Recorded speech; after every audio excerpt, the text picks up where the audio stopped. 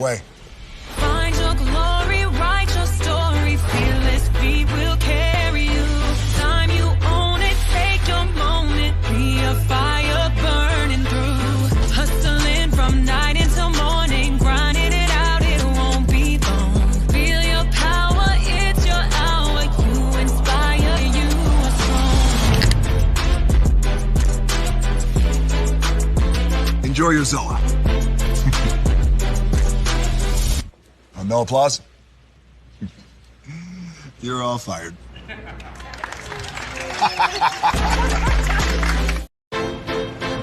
Now that you've reached the stage in your life where quality television is important, Nubian TV is a black network that speaks to your lifestyle.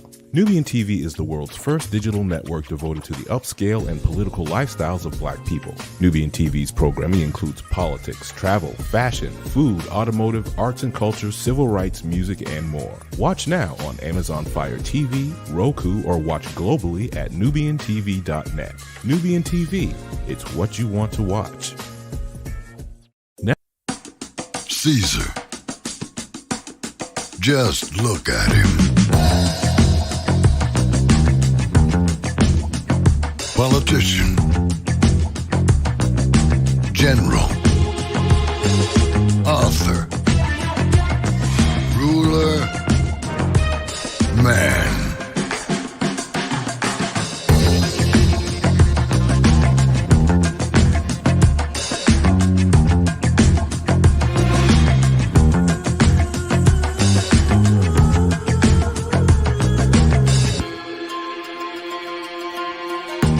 Legend has it, he's not only stared into the belly of the beast, he's had it for dinner. Here he's free to relax, or party, or relax, or party, or relax, and party. His is a world of opulence, excess, and the occasional impulse buy. Not one to rest on his laurels, he's famous for ushering in a new age of entertainment. So, for anyone seeking a place where the sun never sets on a good time, all this awaits. I am Caesar, and I approve this palace.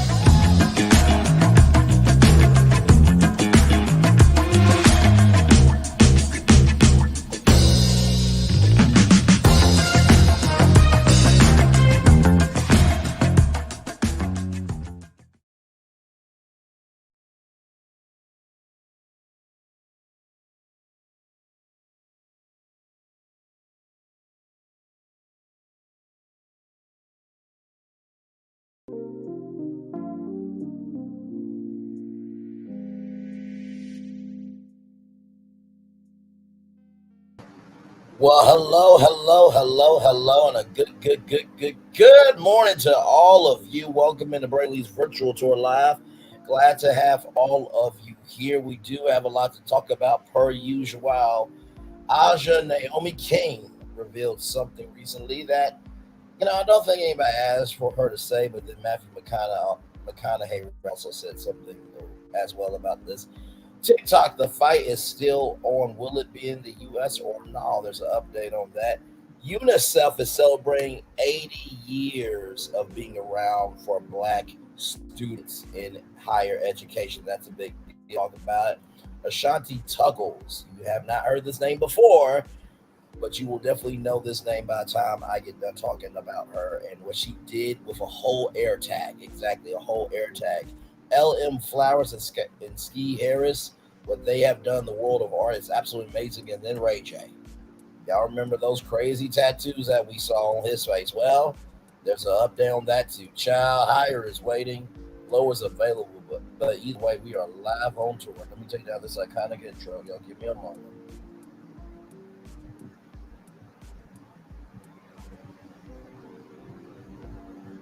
Hopefully y'all morning is going well. Yes, indeed. Okay, hang on. Get back to okay, there we go. go. That intro. There we go. You see the virtual tour background? Yes, you do. You hear the virtual tour music? Yes, you do. And in case you did not know that over here on this particular channel, one thing to know and two things for sure is that a lot happens early. Roll it. It's a new morning for America's family. Sun's coming up, so make it all that it can be. You know a lot happens early. I'm Harry Smith. I'm Julie Chen. I'm Maggie Rodriguez. Morning everywhere. Come on, get up. I'm Russ Mitchell. And I'm Dave Price. And it's a little early for this. Right now, this is it's a new morning for America's family. Sun's coming up, so make it all that it can be. You know a lot happens early. Every day's good when you're starting it out right. But whatever you do, the daylight. And a lot happens early. Can you feel it? And I say, Good morning, everybody. Are you girls ready for the Jonas Brothers? We have an early show exclusive. Yes. A lot happens early. A lot. A lot. A lot happens Early. The Early Show, weekday mornings on CBS. It's a new morning. Julie Chen Moonves, I agree with you. It's a new morning to Mackie Rodriguez, Dave Price, Russ Mitchell, and Harry Smith. I agree with you. A lot happens early. With that being said, hello, everybody. Welcome into Brainley's virtual tour live. Glad to have all you here. Let's go on tour, shall we? Because we do have a lot to talk about this morning. Hopefully all is well with y'all on a Monday morning. Glad to have you here. It is 6 minutes after 11 a.m. Glad to have all you here. Now, I know for some of y'all like, why does the intro have to be so long? Well, first of all, this is my channel. This is our channel over here. Number two, I like to put on a full show for y'all. I really do. But number three, too, I believe that quality is quality. You know what I mean? So, but let's do it, y'all. I don't know why you would admit this out loud, but okay. Give it a moment, y'all. If I have to reset my computer, don't worry, I'll come straight back in because my laptop's been kind of, doing what it needs to do. It has been doing what it's doing. See? Just like that. Hang on, give me one moment, y'all. One moment.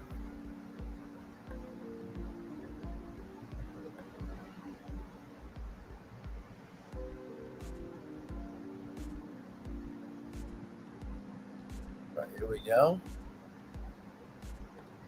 Skadoosh. All right, here it is here, y'all. Why, this comes to us from RollingOut.com, by the way. Why Aja Naomi King hates taking a bath. This is what she said, y'all, so I am not dragging this woman, okay? She's a beautiful chocolate woman, by the way, okay? Lessons in chemistry. Actress doesn't like being close to toilets. Aja Naomi King hates having a bath because she doesn't like being nearby the toilet. The Lessons in Chemistry actress who has a 2-year-old son, Kyan, with her husband, Dan King, enjoys a relaxing night of pampering at home, but admits she has a weird issue with soaking in the tub. I light a candle, diptychs bases, which I love. I actually don't like baths. It feels weird saying this out loud, but I have an issue with being on the same level as a toilet. I'll put on moving a face mask and give myself a pedicure with a glass of wine. That would be the most magical night ever. Describing her ideal night in, she told Brid's Hello magazine. The 39-year-old star, who is an introvert, prefers being in small groups or hanging out with her family. I like stillness. I'm a bit of an introvert, so I find energetic connection in small groups of people, just like being with my family or my son. We love to spend the day at the beach and watch him play. I love nature, hiking and biking. I'm so grateful for things I have access to and want to explore them all. Our time on earth is brief. I want to enjoy myself and see all the beautiful things. And Aja has a habit of canceling plans at the last minute. I'm the kind of person who likes to make plans and then cancel them. So I should set some boundaries for myself in that respect, she said. I mean, listen. I mean, I get it, because here's the thing, right? When you flush the toilet, all those particles are released in the air, right? I get that. But also, too, it's like when you say that you don't like taking a bath, people are going to see you like, are you not clean? This, that, and the third. I mean, I take mostly showers, honestly. I think most people take showers. I mean, I know some people do take baths, but the main thing is as long as you get clean. But that was just a little much just to put on the internet. Because I think Matthew McConaughey also said something. Let me see.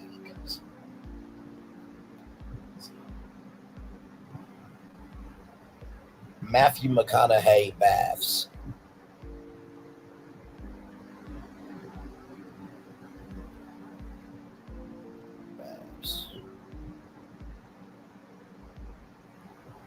Let's see. Okay, so this is what it is. So Matthew McConaughey says that he hasn't used deodorant in 35 years. Child.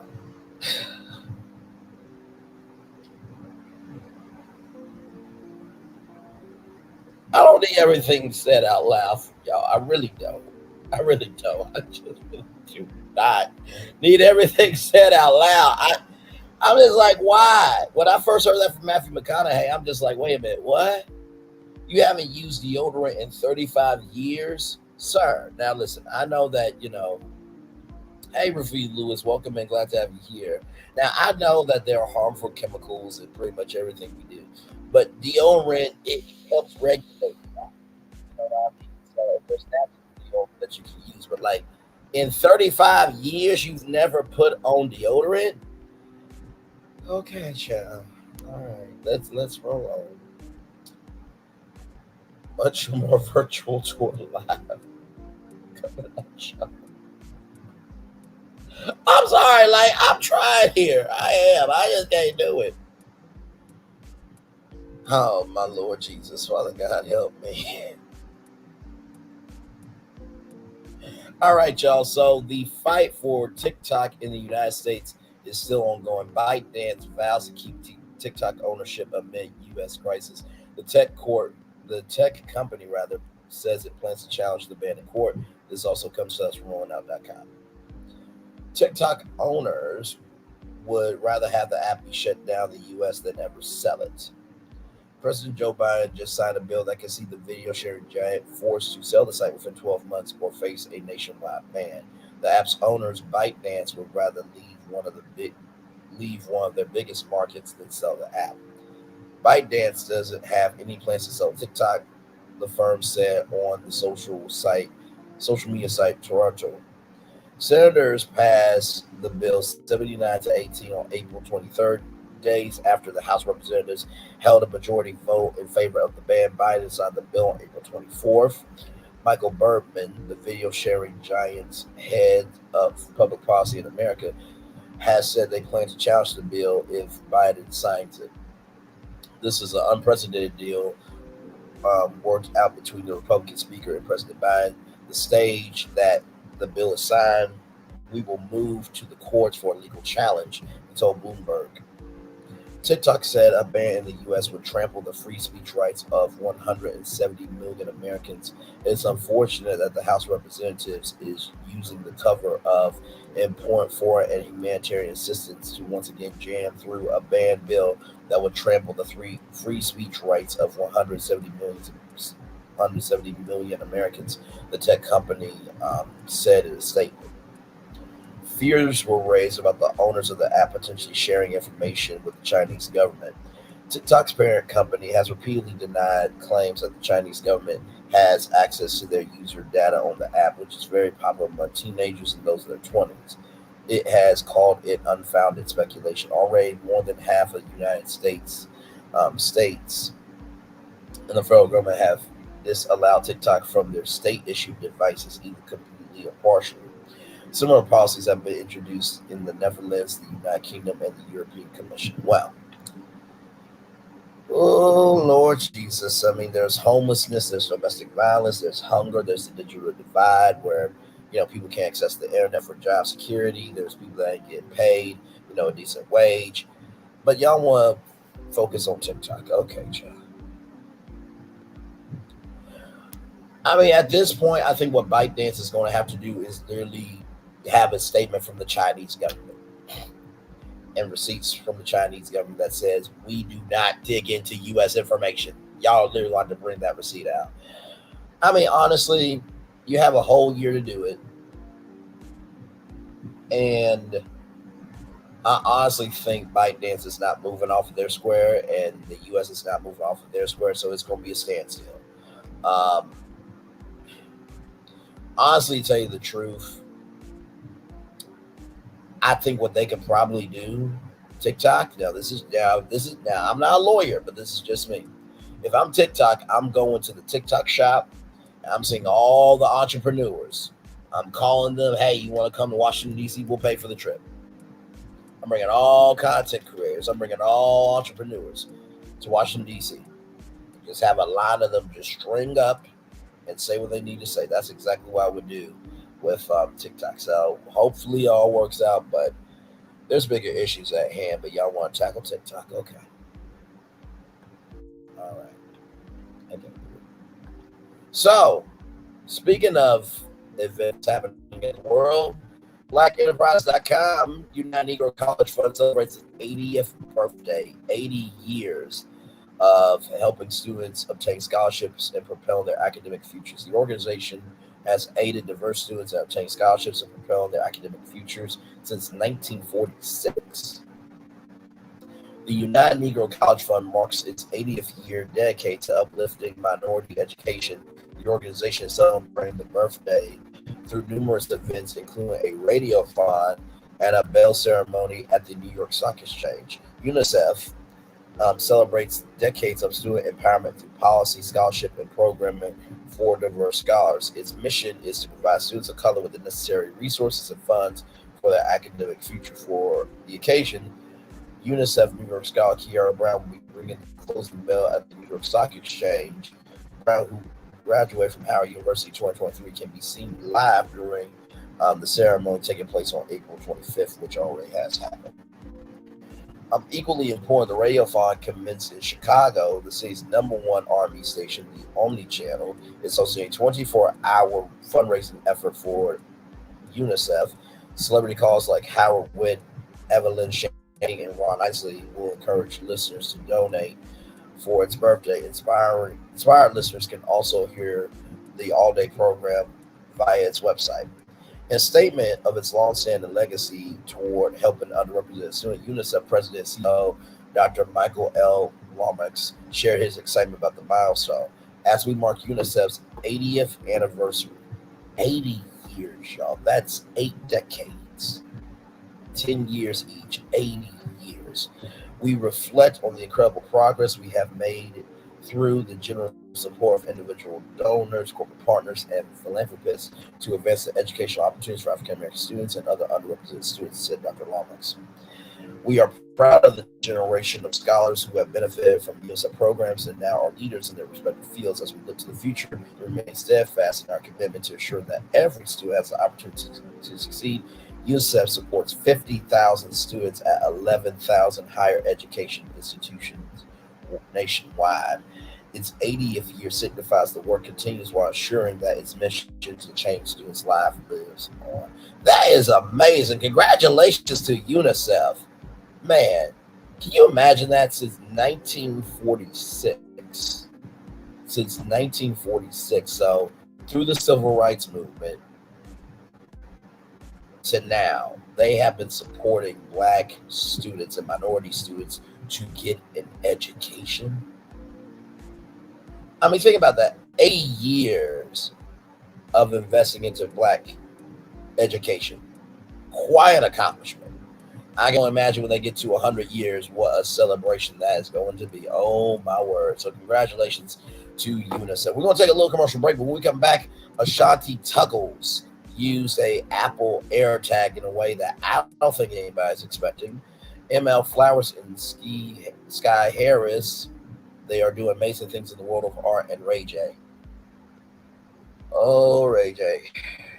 We'll talk about you. All that and more coming up right from this space right after this. You are live on tour. We'll be back right after this. Roll it. If only there was a place in the morning to start my day. With a smile. Somewhere to help me get in the know. Oh, wait, there is. Bring your friends. Good morning, America. GMA 7A. Now that's how you start your day. If only there was a place in the morning to start my day. With a smile. Somewhere to help me me getting to know. Oh, wait, there is.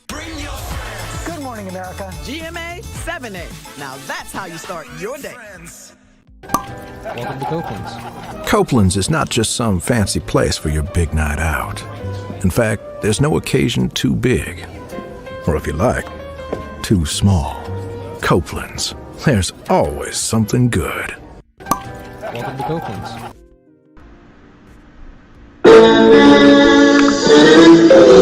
Sweet morning dew, one look at you, and it was plain to see you were my destiny. God, you have found. I come from nothing. Our son is your son. Welcome to the celebration.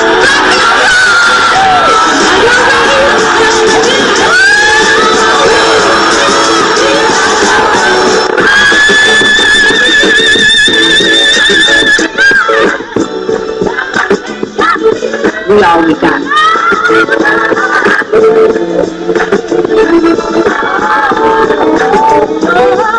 I'll do that. Don't you leave here today with happiness. I want you to leave here with show.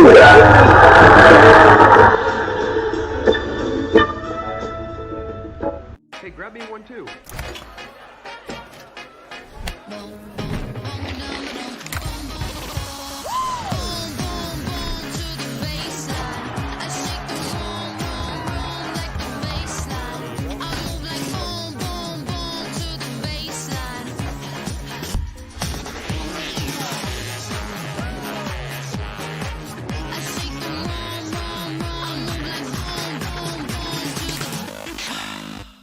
Hey, grab me one too. What is this feeling that everyone's feeling? Ding, ding, ding. With such feeling. Ding, ding, ding. This winning feeling. Ding, ding, ding. This tingle of success. This sensation of triumph. Ding, ding, ding. This sensation. Oh, I can feel it! This season, everyone gets the winning feeling. Win guaranteed prizes like $250 grand and more. Only at Dave & Buster's. McDonald's.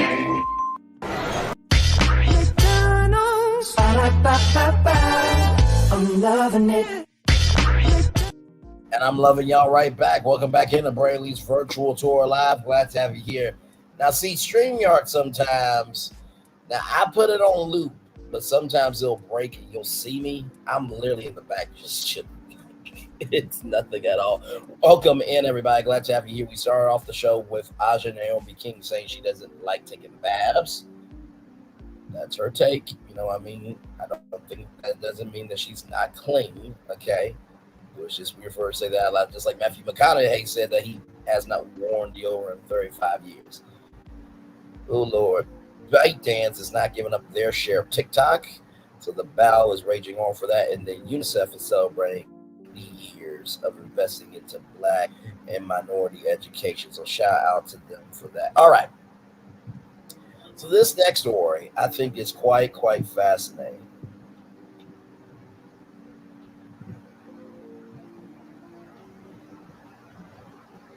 Hang on, y'all. Give me a moment.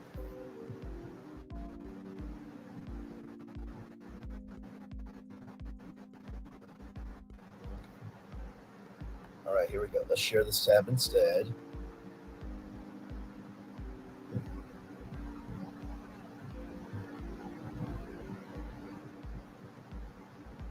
Ooh. There we go. Lord Jesus. As you can see, I'm still waking up this morning. All right, let's roll. BlackEnterprise.com once again. Black traveler sues hair tag into her braids for a solo trip to Mexico. A Black woman sues hair tag to her braids for her solo vacation to Mexico. A Black woman went viral for the hair tag she has sewn into her braids ahead of her solo trip in Mexico. A Facebook user by the name of Ashanti Tuggles has shared her post across social media after she shared before and after photos of the safety measures her cousin took before embarking on a Mexican vacation. Sorry, hang on.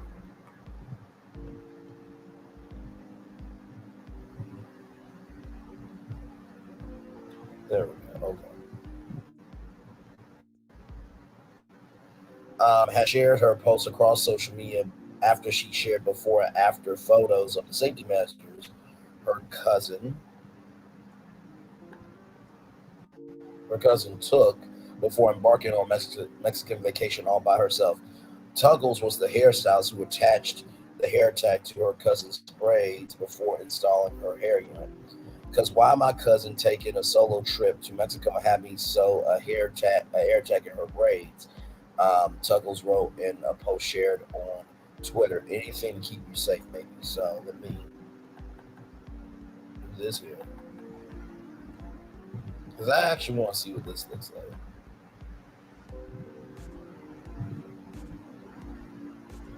Good Lord Jesus.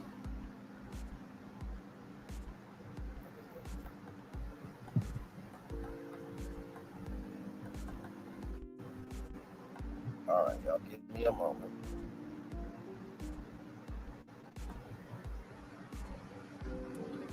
Now, when I first heard this story, I'm just like, you can do that with technology? Okay.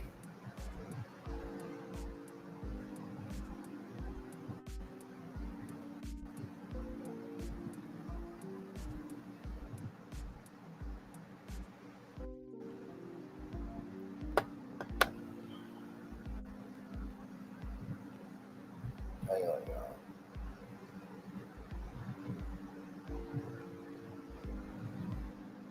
One second. I'm going to try to see if I can pull the photos here. Hang on.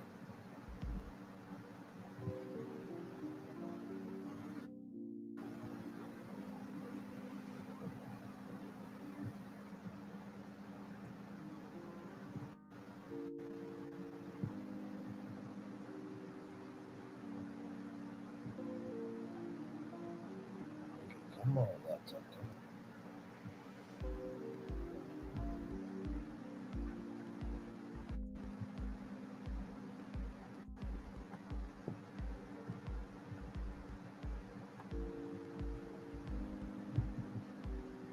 Okay, you know what? Hang on, y'all. This is what I'm going to do. One moment. This is what I'm going to do. I'm going to reset my... Is it going to work now? Child technology. Also, I got a lot of tabs over here, so like I said, I the internet streets all the time. So now it's wanting to load. Okay.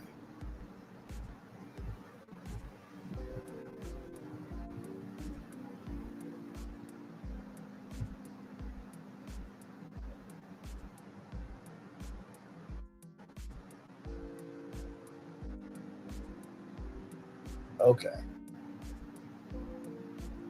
See if I can pull up the...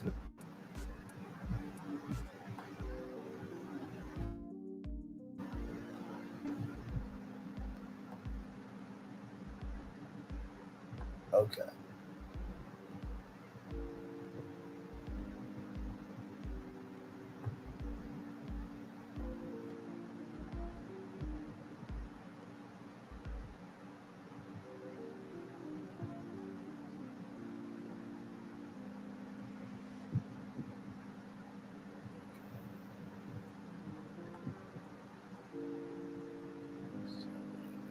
Okay, so this is what I'm going to do. I'm going to reset my laptop real quick, and I'll be...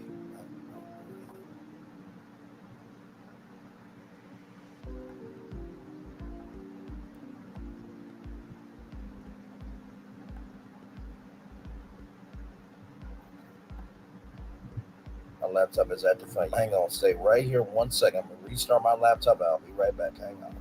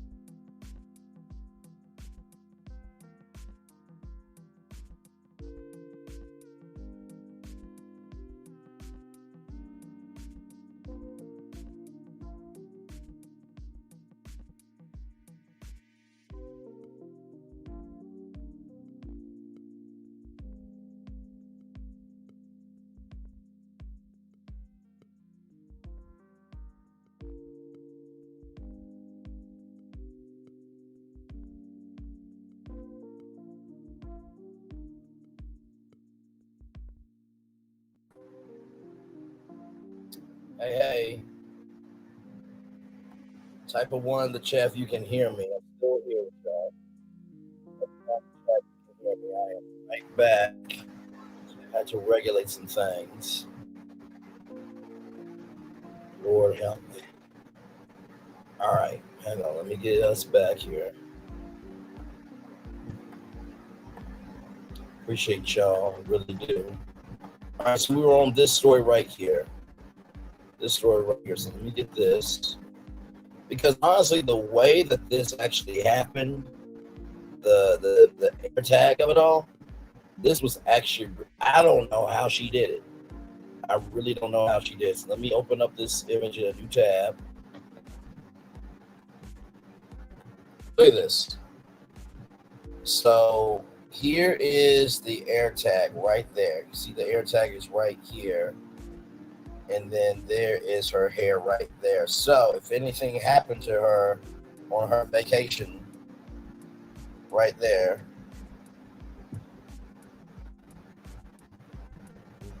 I'm watching you. I'm sure appreciate it. Good morning, cousin. Happy mother-ucking birthday. How's it feel to be 21? Good morning, cuz. Thank you so much. It feels good, girl. This damn air tag going off. I keep saying that's what. So yeah, that she actually did that. She actually sewn a whole air tag in her cousin's braids. The post includes photos of her cousin's hair, a screenshot of their text message conversation showing Tuggles keeping track on her cousin who ventured off to Mexico to celebrate her 21st birthday. I'm not mad at this, the Twitter user wrote. Smart, but I hate how we have to take extra precautions at somewhere else. That part. Safety is the top concern for most women traveling alone to a destination, especially another country. Popular Mexican destination have pretty favorable reviews for women traveling solo. The solo female travelers hub rate Mexico on a 2.2 on a 1 to 4, with 4 being the most dangerous. So we'll pull that up so we can check out that beautiful resource there. However, solo travel and travel to other countries can be different for Black women. The fears of racism, abuse, or sexual harassment fall traveling alone to another country as a Black woman can be unnerving. Black women thinking ahead, one Instagram user wrote when the neighborhood talk shared Tuggles' post. And for the naysayers in the comments, it doesn't matter where Black women go, they're always at risk. Do what you have to do to ensure you return home. That part right there. Concerns around travel to Mexico follow the death of Shaquilla Robinson, a 25-year-old from Charlotte, North Carolina, who was found unresponsive at a villa in Cabo San Lucas in Mexico in October 2022. The people she traveled to Mexico with said she passed away of alcohol poisoning, but an autopsy found that she passed away of a severe spinal cord injury and a broken neck. In April of 2023, the Department of Justice revealed no federal charges would be filed. Robinson's family still demanding justice and called for those to be responsible to be held accountable. No, y'all as the family go handle that shit. Family's police. Whoop their fucking asses. Give them everything that they gave to her and then fucking some. Hell, I'm sick of people doing the most and thinking they can get away with shit. Damn. But then somebody does it to somebody you want all the sympathy in the world. No. Give a fuck about people. People give a fuck about you. Good damn. For Black women interested in traveling by themselves, Global Traveler Latrice, who has traveled to 12 countries and who has lived in 3, as an expert, shared 3 tips. Avoid letting the public and outsiders know that you're traveling alone. Don't drink too much to the point you're unaware of your surroundings or have impaired judgment. Research your destination beforehand and learn conversational phrases that will help you navigate the country better. So there you go. And then here is this website right here. I did not know this website existed. But I think that this is a wonderful, wonderful resource here. So this is a website for ladies, women-only trip, Almouth Coast. So it tells you here from this page. On this page, you'll find firsthand, unbiased, and real safety tips, advice, and reviews from women traveling solo. Submit directly from their personal experiences in the country. Their opinions are unfiltered and submit independently as a part of the Solo Female Travel Index a ranking of 210 countries and regions based on how safe they are for women traveling solo. The safety scores range from 1 to 4, with 1 being the safest and 4 being the most dangerous for solo female travelers. Oh my God, Disney, we get it. You own everything. Good Lord. Okay. Just trying to. Hang on, y'all. Let me refresh the page. Just don't have sense. We get Disney. So here it is. Here, you don't need to log in to read the reviews, but do sign up or log in, share your solo experiences, country safety ranking, and comment. So here it is. Here, Mexico overall solo female traveler safety score 2.2, U.S. advisory 2, UK advisory 2, GPI 2.6, risk of theft 2.3, risk of scam 2.1, risk of harassment 2.1, attitudes towards women 2.1. I am going to drop this link in the chat because this is a wonderful, wonderful resource. And hey, Miss Denise, welcome in. Glad to have you here. And thank you, Miss Denise and Lady B, for the love. I appreciate it. So yeah, this is that resource right there. So y'all go to that resource, share it with any women that you know, and let's protect our women, all women, okay?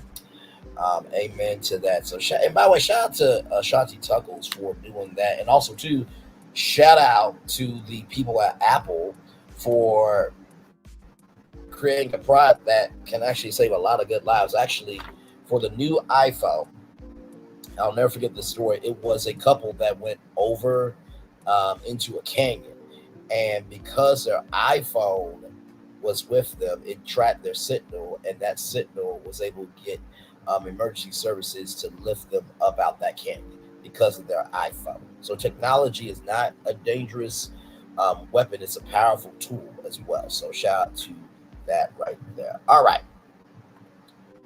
This next story is going to make y'all smile. So excited to tell y'all about it. Siblings make history with first Black woman-owned manufacturer of art supplies. Yes, indeed. Shout out to blacknews.com here. L.M. Flowers and her sister Ski Flowers have made history as the founders of Sis Art, the first woman-owned and artist-owned manufacturer of art supplies in the United States of America. Their journey, which commenced in 2019, has completely reshaped the landscape of the art supply industry. Sis Art is an art supply brand that has become synonymous with innovation and quality among a growing number of artists. The sisters introduced paintbrushes designed for lasting comfort and heavy paints and with rich pigmentation and art pads that complement every stroke. However, what truly sets them apart is their unique creations. The travel watercolor kit, the Melanin Pigment line. Oh, I love that. Celebrating diverse skin tones named after women whom they consider heroes, or the economically designed crayon. Oh, crayons for us, by us. Oh, I love that. These products weren't just tools, they were statements of empowerment and artistic freedom. What's so impressive about LM and Skye's journey is how they've made their mark in a competitive industry by staying true to their values. For example, they proved that art supplies could be both high quality and deeply meaningful by cultivating unique experiences for artists who are purists in their craft. The sisters' business went a step further, introducing pigments to new artists as a way to enrich their own paint colors. LM, who is an artist and publisher for a Health Link resource guide, says our Melanin Pigment line, although we had purists in mind, a lot of younger artists were requesting and being introduced to mixing their own paints, and became a very romantic and therapeutic way for artists that want to place their whole being into their works. She says that that's quite evident that Sis Art is not just a brand, it's a message that art is for everyone, regardless of background or experience level. This dynamic sister duo and their story of triumph stands as a maker of inspiration for artists nationwide. They've shown that with courage, creativity, and a little bit of rebellion or good trouble, in the words of our Uncle Congress, God rest his soul, against the norm, two women can indeed make a monumental impact. Their legacy is vibrant, inclusive, and artist-centered world. they help shape with every brush, crayon, pigment. To quote LM, Sis Art is more than an art supply brand. It is a testament to our journey of breaking molds and painting a new picture of what the art world can be. Sky, who is also an artist and educator for elementary school students in the Washington, D.C. area, adds, our story resonates with anyone who believes in the power of art to transform, connect, and empower. Learn about their company via their website, sisartpaints.com, and also be sure to follow their brand at sis.artsupply on Instagram for press inquiries or media interviews. Contact info@sisartpaints.com. That is, first of all, simply amazing. Simply amazing. And that's what's up. You know what?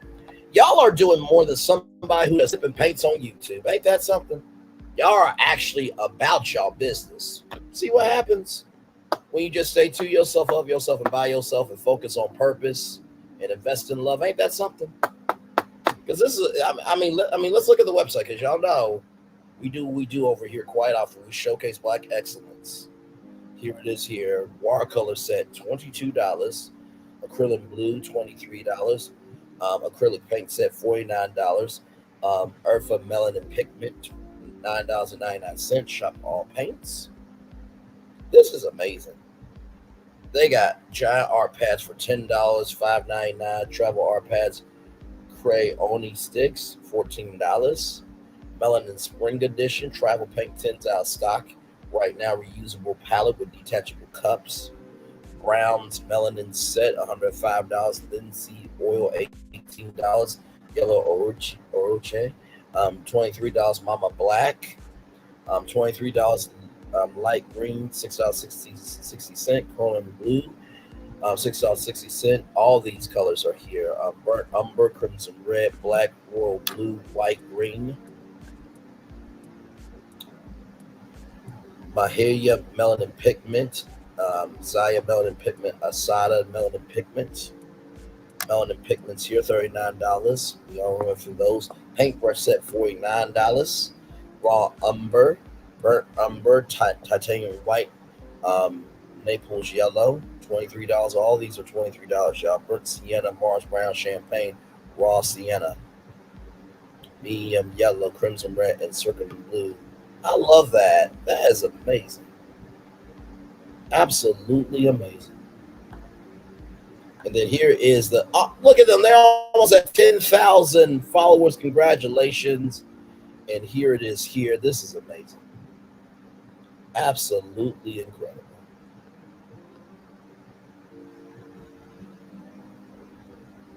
Man. See, this is why we do what we do over here. Oh, artists were meant to be artists, not content creators. Oh, Lord Jesus, Sis Art Supply. Be careful. Be careful, because some people don't know the difference between the two, because there's a distinction and a difference between the two. Woo, Lord Jesus. Man, this is amazing. And these are Black women doing this right here. This is amazing. I'm going to drop the links in the chat if you guys want to shop from them at all. That is amazing. Absolutely amazing. Hey, Michelle H. Tuff, welcome and glad to have you here. Hey, community, welcome and glad to have you here. This is amazing. This is why I do this show. This is the exact reason why I do this show, to be able to showcase us in a light, in a position, and from a stance of that we can be excellent. This is why I do this show. So for those of you who are coming in, we're talking about this great company here, Sis Art Supply, two Black women that have their own acrylics and jumbo paints, pigments, brushes, and watercolors for us, by us. These are two Black women that have done this thing right here. Here they are right here. The first Black woman-owned manufacturer of art supplies in the United States of America. That is quite incredible. Oh man, see, this is why I love us. I love us so much. Man, that's amazing. You know what? Give me one moment. Because you know what I need to happen now.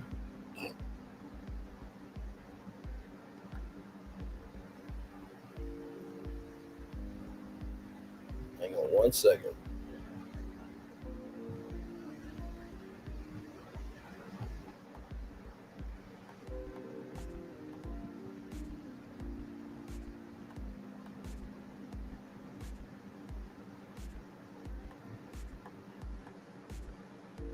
I'm sure exactly what I believe needs to happen.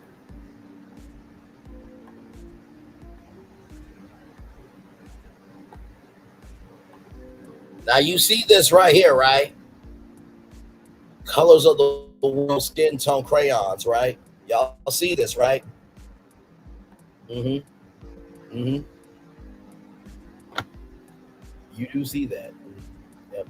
Wait one moment, because the other thing's about to load up. I love it when a good plan for good people comes together. Because sometimes all you really need is just to be seen so you can be embraced. That's real talk.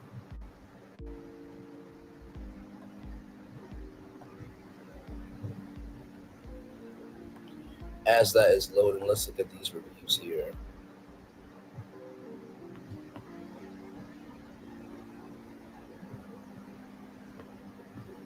So proud of you, Crayola.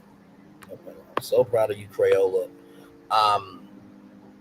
Excellent product. Exceeded my expectations weeks before I discovered that this selection was already in production.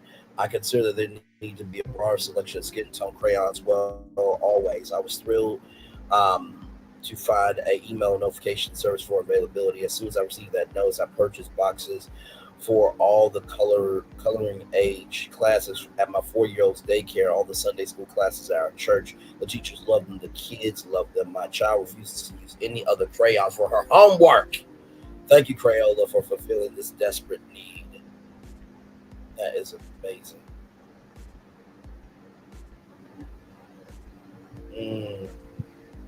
Look at this one. I can't put into words how healing, exciting, and heartbreaking that took so long. This to draw. It was so uplifting seeing all the browns as I tried them out. I kept saying, I think that's my brown, or maybe this one's my brown. After all, if all of them were laid out, and I picked my skin color, then my hair color, then my eye color, all of them are different shades of brown. Thank you, Crayola, for finally making more brown options besides simply brown, either on me. And my inner child is screaming with joy.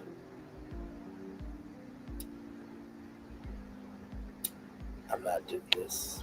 Nope, I'm not doing this. Nope. 122 reviews, y'all. Oh, of people just happy to be seen, to be heard, and to be embraced. To be embraced, rather. Oh, look at this one right here, y'all. I think we can all remember coloring our people either light pink or brown. Yep. We're not coloring them at all because the colors weren't right. When I gave this box of crayons to my daughter, her eyes lit up. She's 12. She's not as excited about coloring as she once was, but she spent the next several days coloring here and there. She said it was really good that they finally made more skin colors. It made my heart swell because I love that. It made her happy. She will get a lot of use out of these colors. I'm excited for all the kids who get to color their own skin tones now.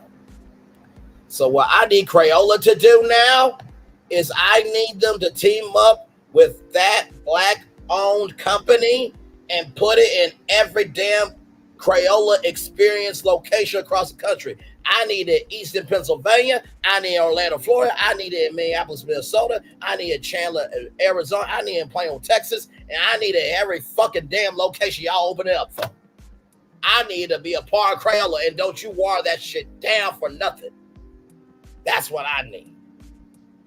I need Sis Art Supply Co. to partner up with Crayola. I need Crayola to partner with Sis Art Supply. That's what I need. Y'all, the first Black woman-owned manufacturer of art supplies in the United States of America. They deserve it, damn it. They deserve it. They deserve it. Hell, y'all want to be all up in this internet beef, this, that, and the third, all around the world. Y'all, and there's stuff like this y'all can cover. Child, when this sector of Love and Marriage Huntsville ends, I cannot wait to see y'all lose y'all fucking minds. I cannot. I am expecting a mental hurricane that y'all can't even consume. Because I'm going to be over here drinking my water, minding my black-owned business, and going on tour. Because this type of stuff needs to be covered. But okay, chill. And before y'all come for me, don't do it. Don't do it, because I've stood up for right is right and wrong is wrong when it comes to Love and Marriage Huntsville. Don't do me.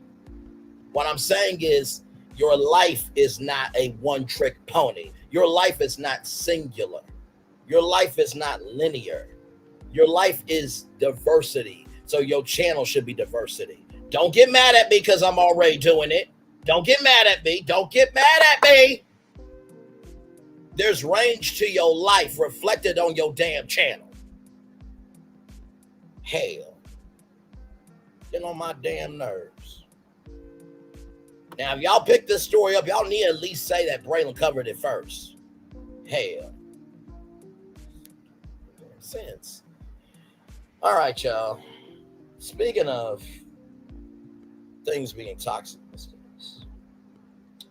Ray J. Ray J reveals his face tattoos are not permanent. Okay, chill. Ray J worried fans earlier this month when he showed off several bizarre face tattoos. Ray J got the names of his children, Melody and Epic, and then the logo of Tronics TV Network plus 3 stars tattooed on his face. Everybody tripping. I have few doctors call me and DM me. Thank you. I appreciate the love, because if you're worried about me, then please let me know. If I'm falling by the wayside, if I'm going left, help me go right. I'm going to listen. I'm going to straighten up, he said at the time on Instagram. Okay, the tattoo is almost done, y'all. All right, it's already starting to rub off. I done tried to scrub them off. Okay, I tried. The motherfuckers ain't coming off yet. They henna, or they like super something. But I went and did it again. I did it once and I went back right before I left and had them hit it up again. And so that's why it got real dark. But like I just gotta wait, y'all. I said it might be permanent now. Hell no, don't say that. Did this motherfucker said soup? Like Campbell's tomato soup. You know what?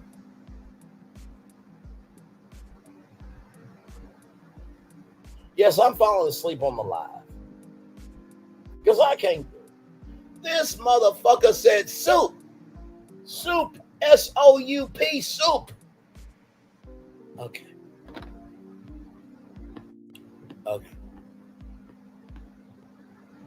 Oh, Lord. Fans word that the reality star was spiraling after his separation from his estranged wife, Princess Love. In a recent stream to his fans, he revealed that the tattoos were starting to wear off, saying that they were henna or soup or something. He said soup, S-O-U-P. We all saw it. Then he explained that they were super dark because he went to have them done again. Now he has to wait for them to fade and disappear. How about you fade and disappear? Don't make no damn sense.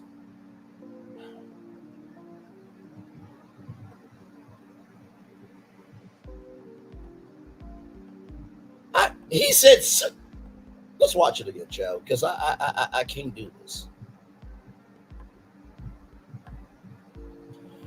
Hey, Sheila Williams, welcome in. I don't think Ika babes. I just doesn't bathe. I just think she just doesn't like taking tub baths. I bathe. I don't take baths. That's why I said, right? That's exactly why I said. I'm just like, listen, just because she said that doesn't mean she doesn't clean herself. I think most people take showers nowadays, or I could be wrong, but I think most people take showers. Yes, indeed. Shout out to that amazing company there. The company's name is Sis Art Paint. Shout out to them for that.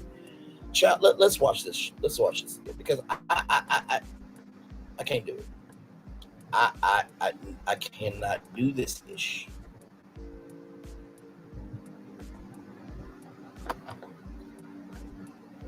All right, y'all, here we go. And y'all already see the comment section is doing the most. Just let's roll it. Okay, the tattoo is almost done, y'all. All right, it's already starting to rub off. I done tried to scrub them off. Okay, I tried. The motherfuckers ain't coming off yet. They henna, or they like super. Soup.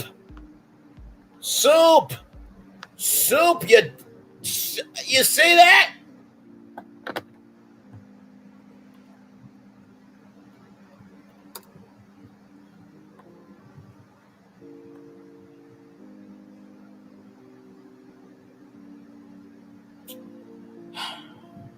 You know what? I'm gonna do it. I give no damn ugs or ish about what I'm about to do. Okay.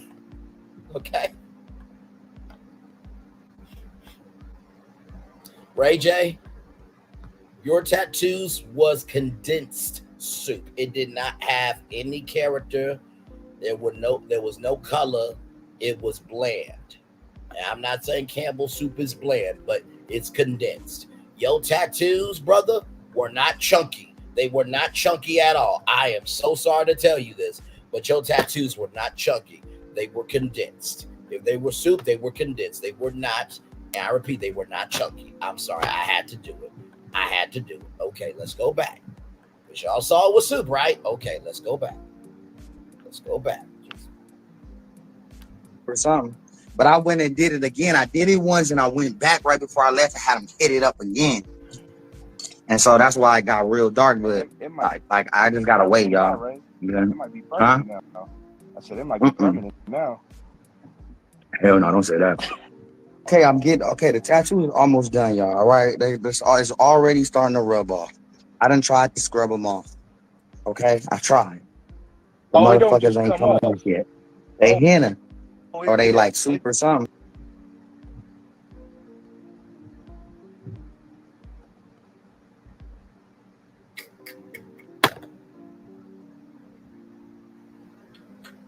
It was the fact that he said soup.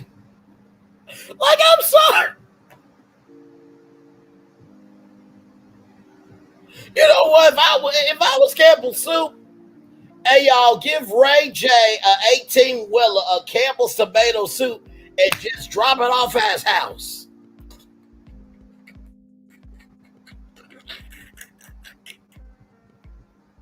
And drop off the condensed soup. Don't drop off no chunky soup, because he got no definition to him. Just drop off the condensed soup, because his mind is condensed. Apparently they're fake, child. Apparently they're fake. Lord help.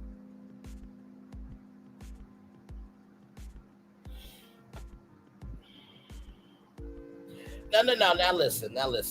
Community unity. Now listen. We cannot blame Brandy for Ray J's stupidity. Lord help. Brandy deserves to be here. We can't take that out on her. We can't do that. So I'm not gonna blame this on Brandy.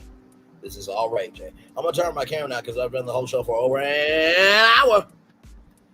Good Lord Jesus. Be a fence around me every day, Lord. I can't. He said soup. He legitimate. I'm not dragging him.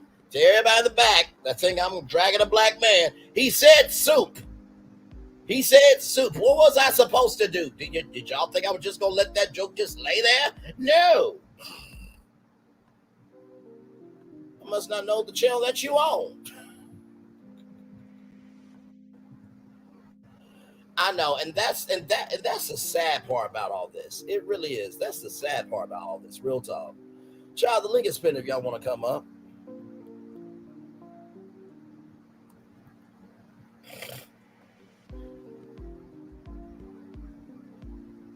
That's the sad part about all this, child.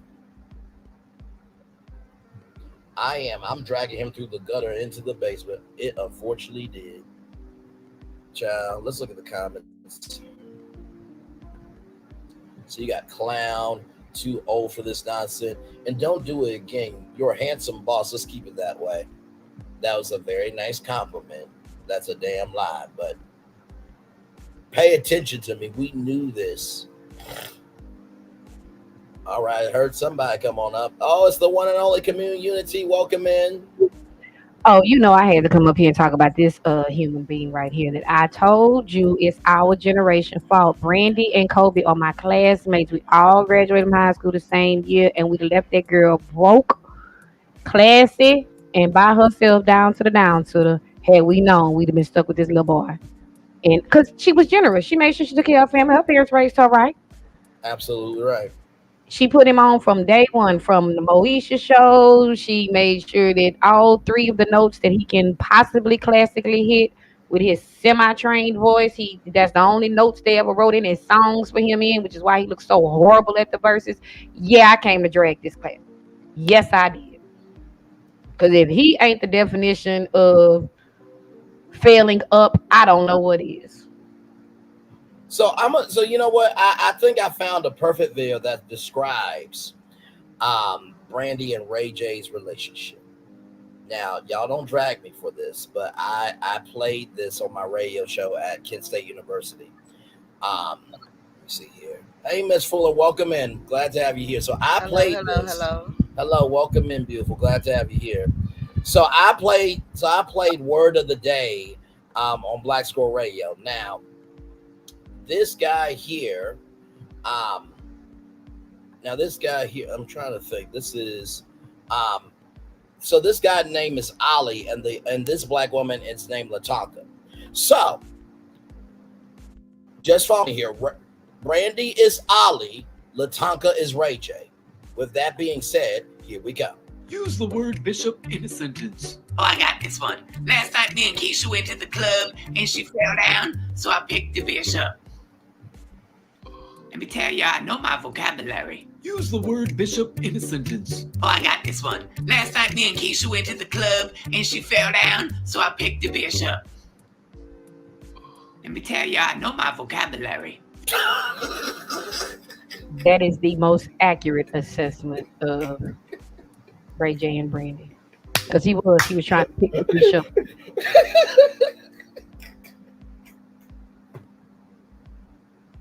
I mean, I don't know what other clip to pull up.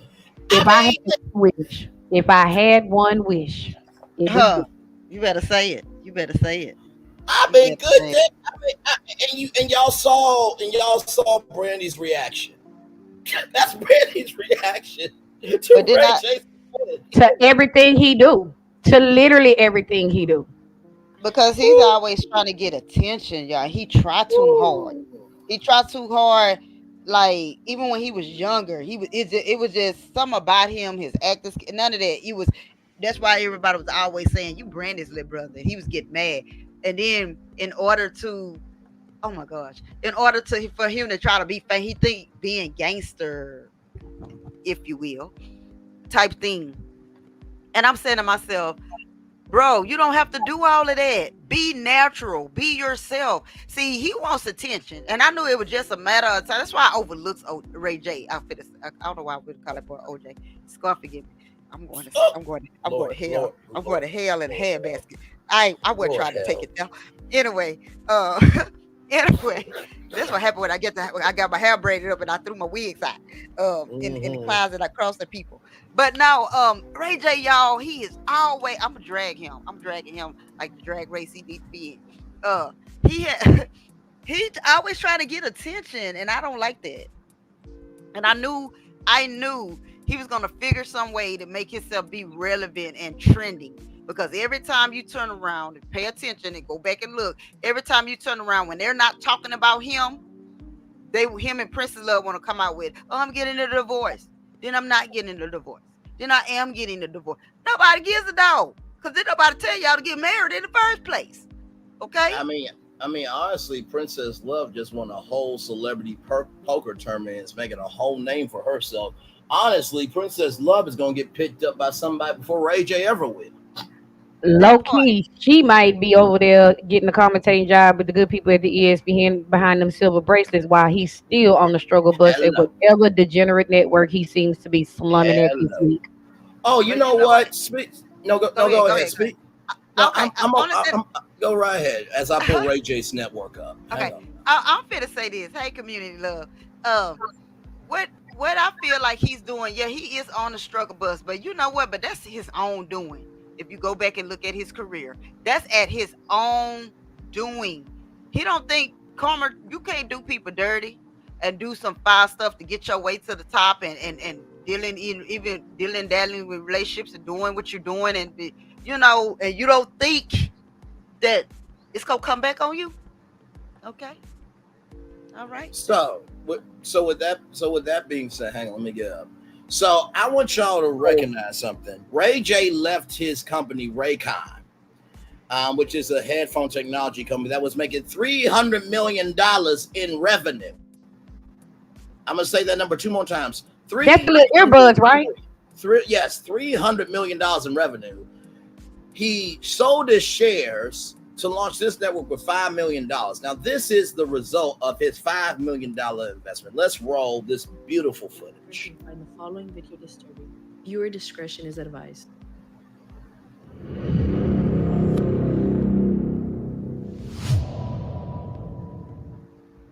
Let me talk, because I screenshot everything. Go through a divorce and all legally separated, so it's a tough question to ask. I don't care about filing for divorce, but I'm not a weak bitch. Stunner won't pull up to what?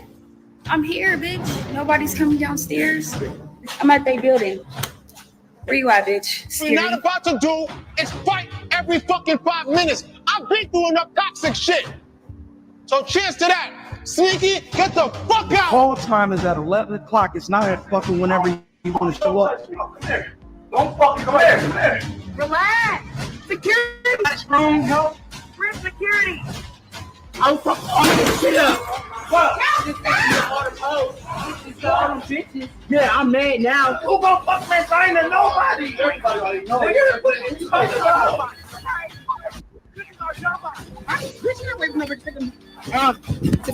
I like to scrap like any bitch see me like it's up. Got no food. Yeah. I'ma beat a bitch up.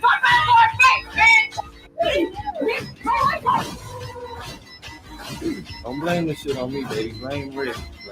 I heard shots, broken glass, body. How? Why? Understand it! Y'all did that shit! I was attacked! I don't give a fuck about me. Everybody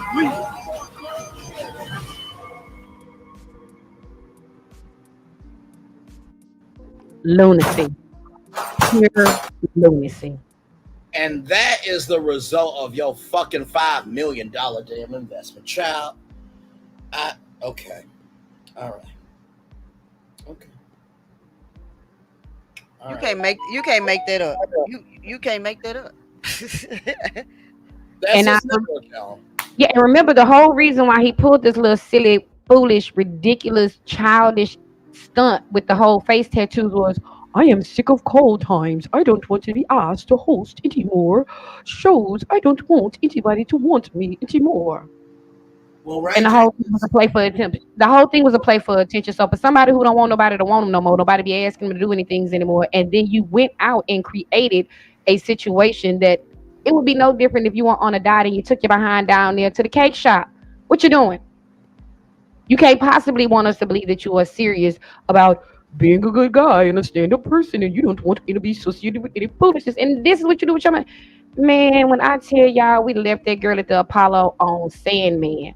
We'd have left her swept off the stage at 12 if we'd have known that was green lighting this ninja to be rich and famous. Now listen, Brandy, if you need a fake brother in Hollywood that wants to actually work hard and will actually respect your name and give a damn about you, you call me. And Ray J says you don't want none of those gigs that bring in money. Send all your fucking gigs to me. I'll show you how a real hustler hustles. Okay? Hell. And to have a viable business like the Raycon, that's not trash. It isn't exploitative. I hope they were good products that, being made by 5-year-olds down there in some other place that we don't want to talk about, but still. Oh, help me.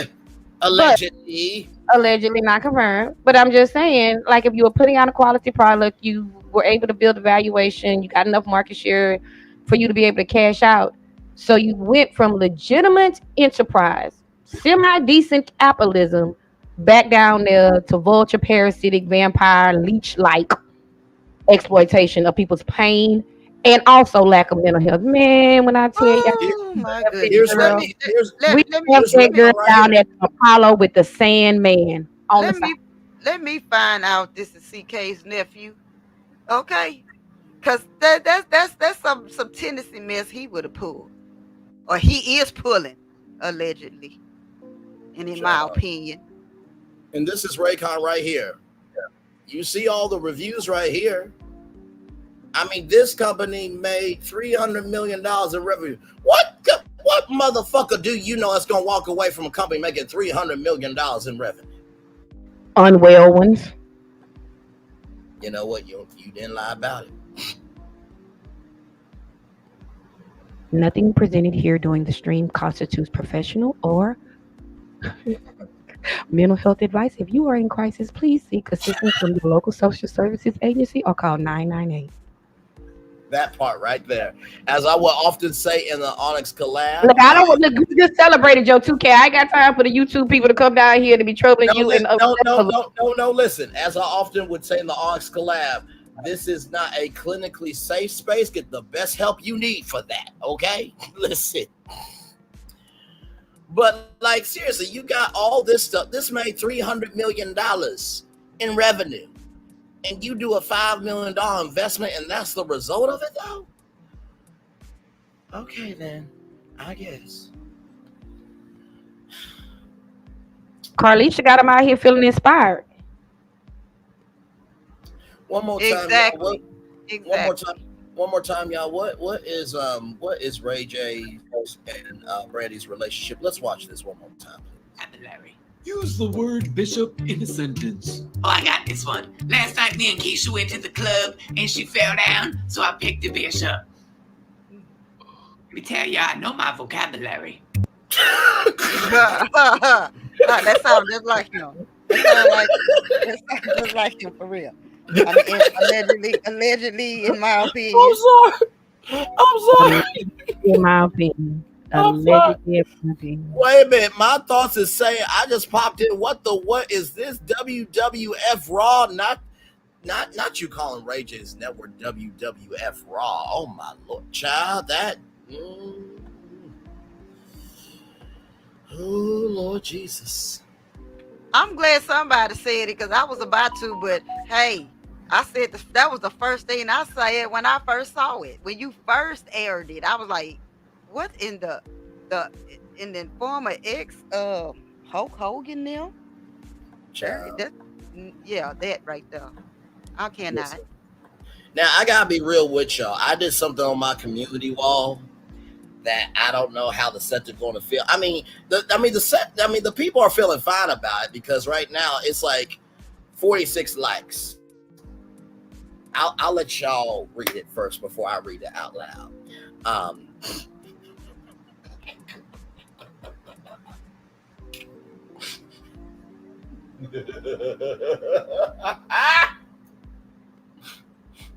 Now, recognize. I did see this on your community wall. I say, now you see, but he drags me all across the YouTube streets for calling him. I drag that's you. Really wholesome, heathen, respectfully, baby. I do not drag you. I just state my opinion of you. There's a difference between the two. You understand? It's liable. It's completely liable. Now listen, this is what so for the transcript, because there are people, that they can't see but they can hear. Now Melody Cherie Lee, I say that playfully all the time before y'all get on to me. Now Melody Cherie Lee, you need to be respectfully and disrespectfully punished for being this beautiful, this powerful, and this overwhelming of a blessing of a chocolate woman. I can't, I won't, and I'm speechless of how magnificent you are. Y'all see the update, 6 p.m. Central Time, 7 p.m. Eastern. That's why she needs to be respectfully and disrespectfully punished. I say respectfully because she did it, but disrespectfully because she should. See? Stunning.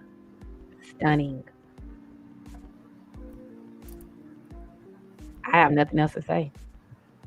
When I saw the picture, at first as I was scrolling up and I was reading the words, and then when I finally got to the picture, I'm like, normally I would have to tell him like, break now. She jumped out the window with that one. Stunning. And that's why they mad. That's why the nerve of her coming out here looking all glistening and stuff. The damn I am ashamed beside myself and disgusted with her behavior. Now, that one is for me and Melody Cherie Lee when we go out. This is when I disrespectfully punish her. Okay, so that first one is respectfully punishing her. See, I'm not having this. I'm not having this. Where is my waist set right now? I gotta go do my crunch. I ain't finna have this mess right here. See, that's what I'm talking about. Right? Where's my doggo? Where my jump rope? Cause I got to go outside now. That doggo, she always starting mess on the end of the sectors and stuff on the net. Oh, the desk. Now I got to run up out here, leg already so because I was out there at the exercising yesterday, and she'd have stirred me up some more. I ain't got time for Melody Cherie. Just cut that stuff up. I mean, listen, I ain't saying my strong rope can make Melody Cherie Lee jump or nothing, but you know, you can take that jump rope for what it is. But I just wanted to showcase the beauty. Shout out to that sister. And like I say, you know, I only am in this space because of you, boo, and the other creators. But hey, beauty is beauty, and sis slayed. So you can't take nothing away from her. I am so proud of her. I'm proud of how she's overcoming. I'm proud of how she have moved. She has gone elevated to the next level because if she had not, she would have been out here answering everything he had to say and being emotional. But she's taking it in stride and she's moving and keeping busy. That's how everybody want to know how she's doing, how she's handling it. You can see how she's handling it. She's working. She's minding her business. She got teams taking care of the situation. So there's some things don't need no response. See, that's what happens when the devil wants you to respond and you won't respond. So he's over there punching around. Ew, she won't respond to me. Oh, she's not answering. I know you punching the wall. Right. Now go ahead. I would say people like myself, I got time today. I got plenty of time for old Holt. Him and his little bed. We'll be at it all day because I don't have nothing to do. Okay. Well, listen, princes and princesses do anything for attention. Kings and queens do something for a purpose. You understand? So I will let that prince act a fool in a kingdom that nobody cares about, and I will reign over the people that really do invest in a higher purpose. Amen. But for all y'all in the back of the short bus, Melody Cherie Lee is not real. Okay, don't go running around and saying Braylon claimed Melody Cherie, although Martell said Mrs. Holt. Okay, so listen, I'm just playing it fair. But also, too, if you have known me for a while, I have playfully said Melody Cherie Lee plenty of times. So if y'all try to message Melody and say, well, he said Melody Cherie Lee. Okay, did he say anything disrespectful about me? Well, I mean, all he really said was that you need to be respectfully and disrespectfully punished. If she says I don't disagree with him, y'all shut y'all ass up. Hell.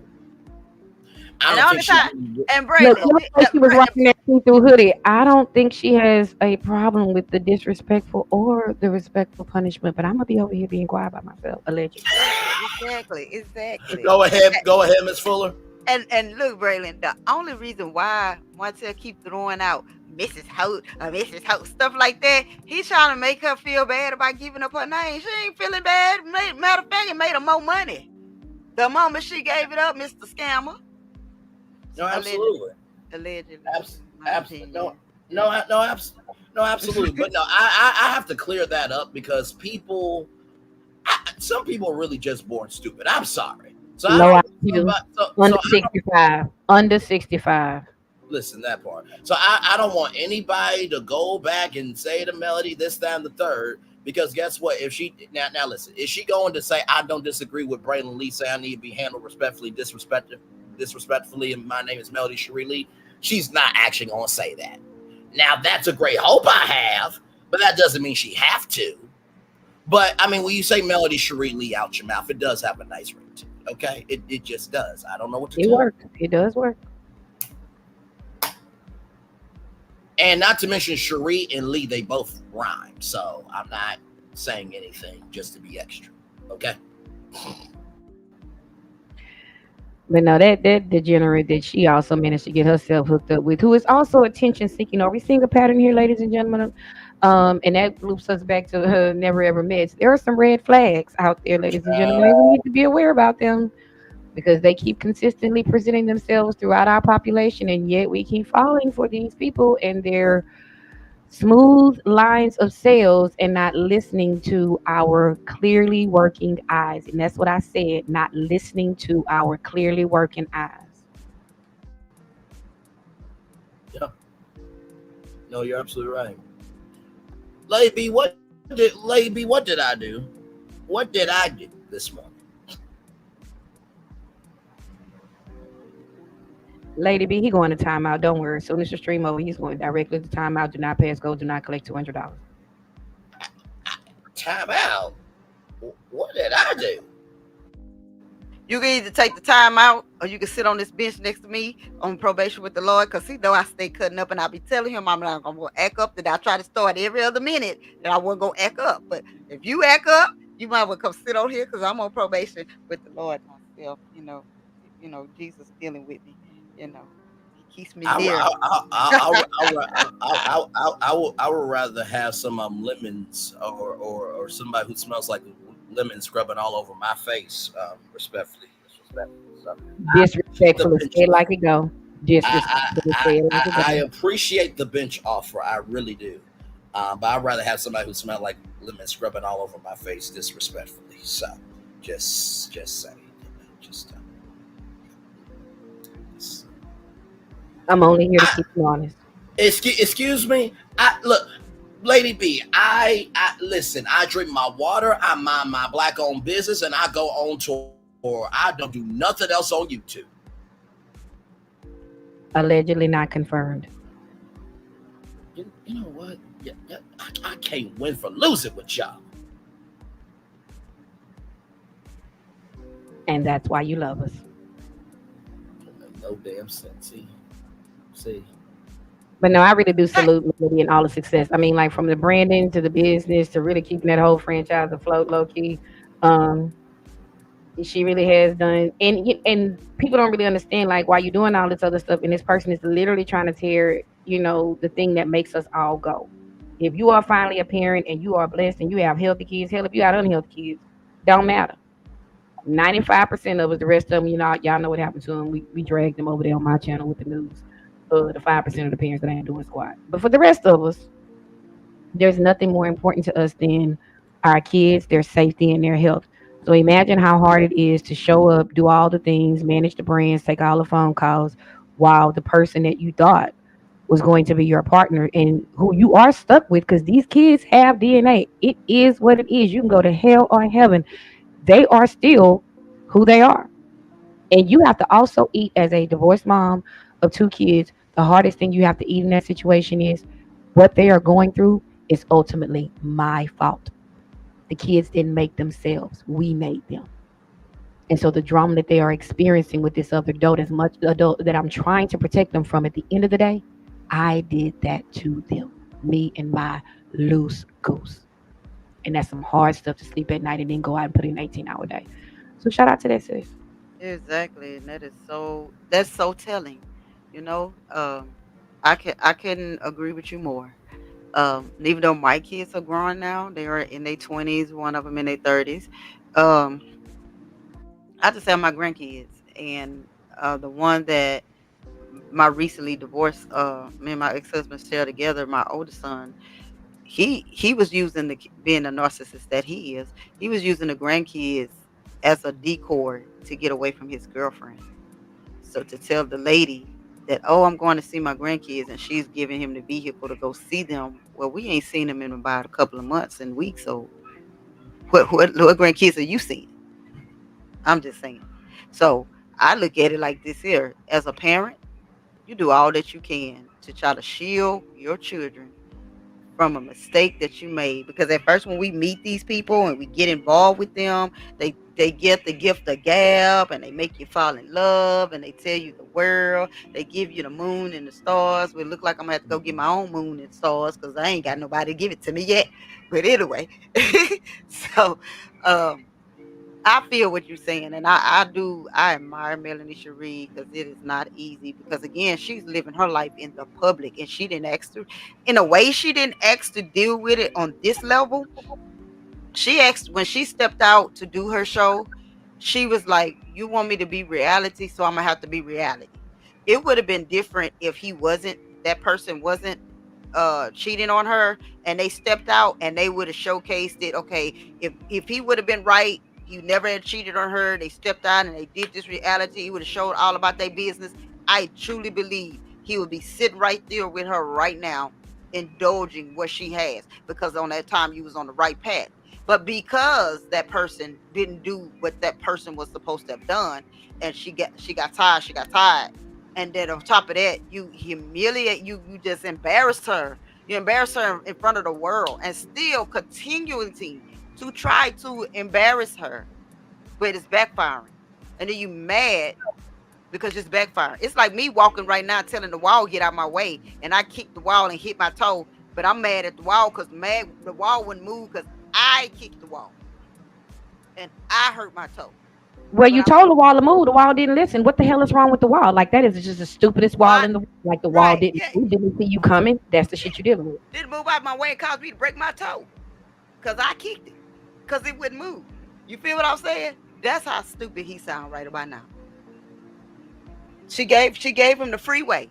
She gave him the freeway express she got out of his way. She got out of everybody's way. Nobody wanted to hear her. Nobody wanted to take the blueprint. But we took the blueprint. I'm trying to use it now. We all are. Oh my Lord Jesus. You see what I'm saying? We all taking the blueprint of what she tried to give to others who was so close to her, who could touch her, who could talk to her at that time. She all in her face 24/7 before the world was introduced to her. She gave them the blueprint. They didn't want it. They tried to go with the upside, and they tried to go with him, and then he ain't showed them nothing but took them on gave them first class ticket to hell and Scamville, because ain't none of them learning how to do nothing but, okay, let's team up and let's take her down, but you can't touch her. You will never be able to touch her, because the key to the whole success is God, minding my business, and not treating others bad. There we go.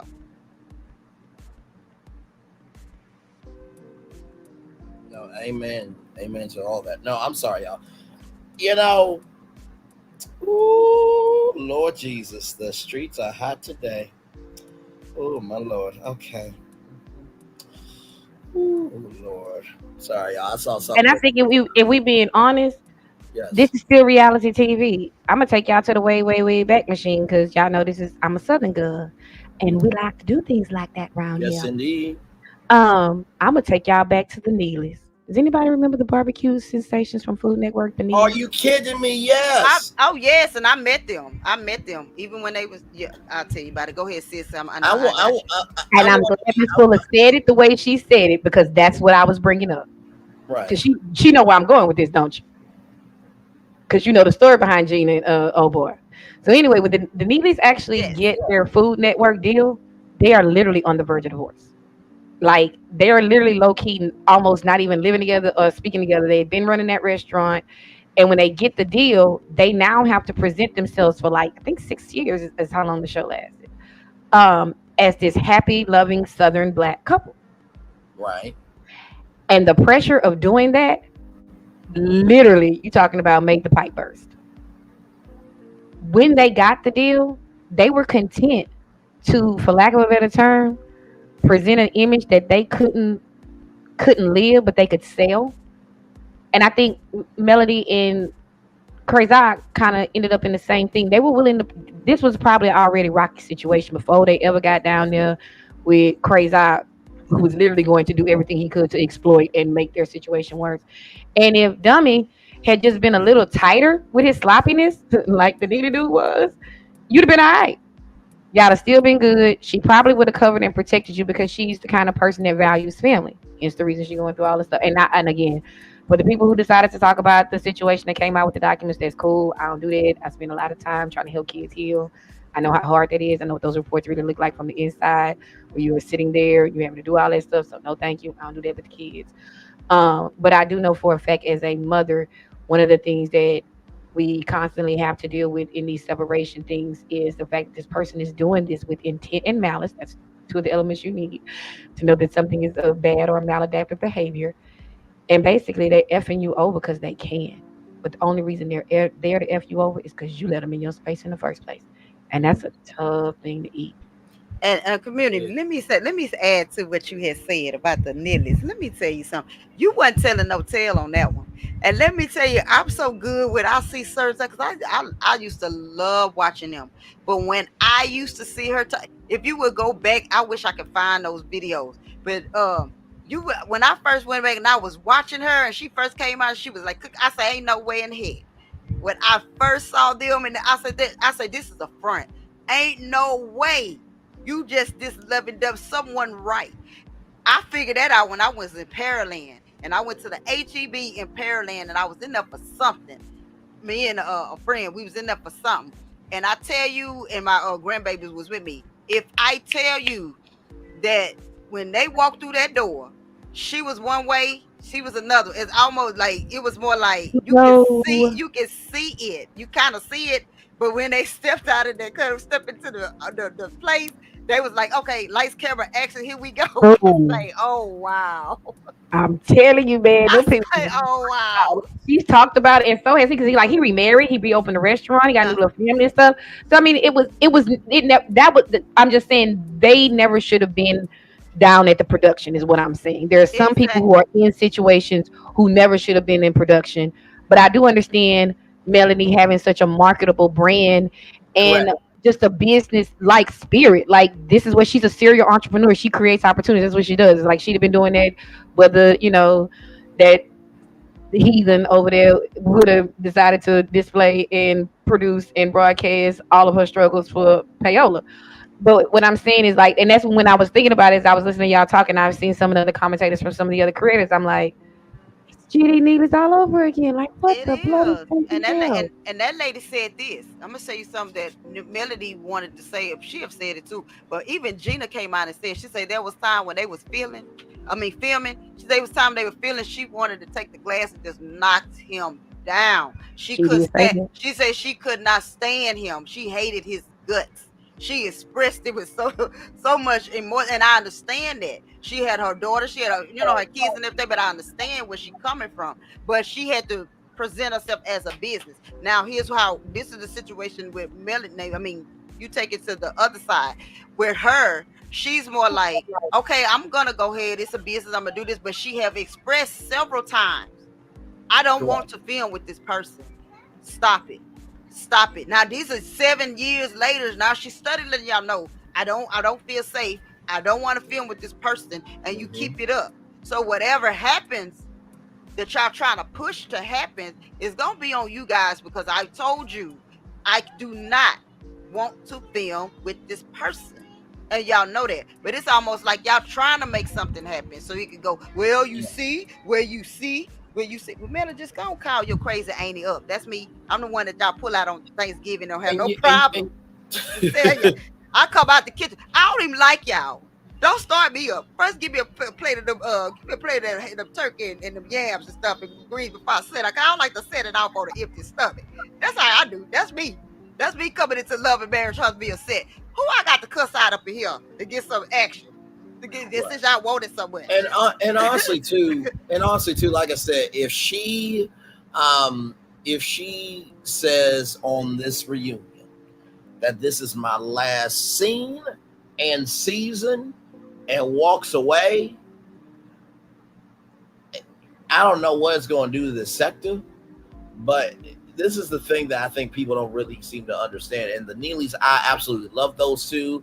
Their personalities were so good. They were very relatable. Listen, I wanted to be the pretend son just eat the barbecue. Now listen, I know what y'all saying, right? You ain't right for doing that. Well, guess what? Y'all do things to get stuff for free that y'all ain't proud of either. Y'all just not bold enough to say out loud.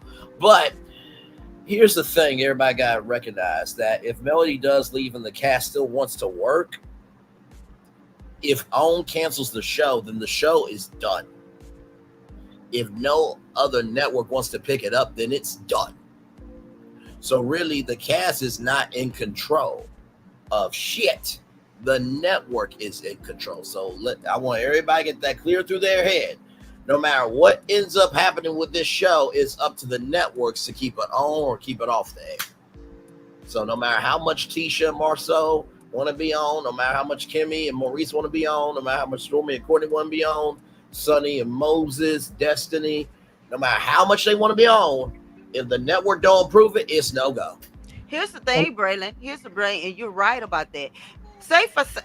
I'm just want to speak in a hypothetical sense. So say for instance, Melanie Cherie say, okay, it's over for me. I'm done. Y'all can do what y'all want. We already know those who support her, they're gonna leave out. Some, some are not gonna see, and then there's gonna be the curiosity. Just say for us to leave and on still want to try to see how it's gonna work even with her gone. Some people might still watch it in just to see how the outcome might turn out or whatever. Well, you done see some shows that they held on. The main person that left, they done held on for a little bit and it went to garbage. And because you tried, never worked. It never worked. Now I look at the situation like Roja. That really, to be honest with you, the show really ain't been the same. I've been stopped watching them some seasons ago. It's just it's sad. I'm like, take this mess off the air. Give us something, but some people like to be entertained with falseness, so let that be over there.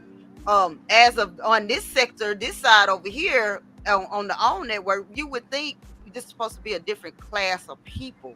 So why try to come over here? If you wanted it to be this way, take it to VH1.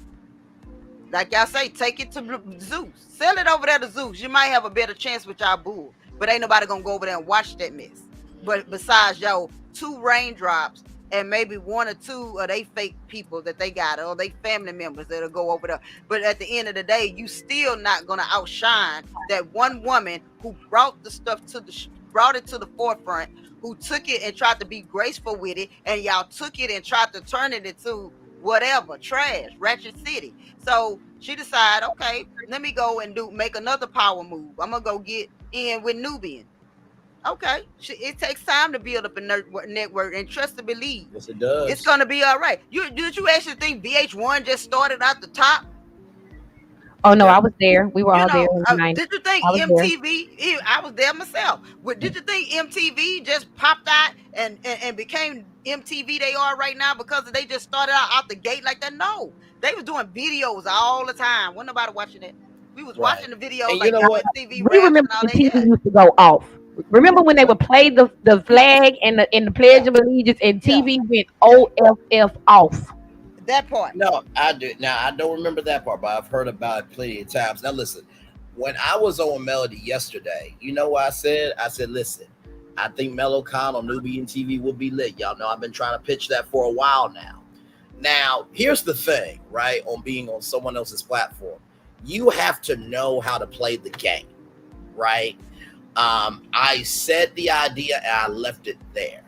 Now, for everybody who's like, okay, Brandon, you really had your one shot and you didn't do what you were supposed to do. No, it was about Self-Care Sunday. Okay.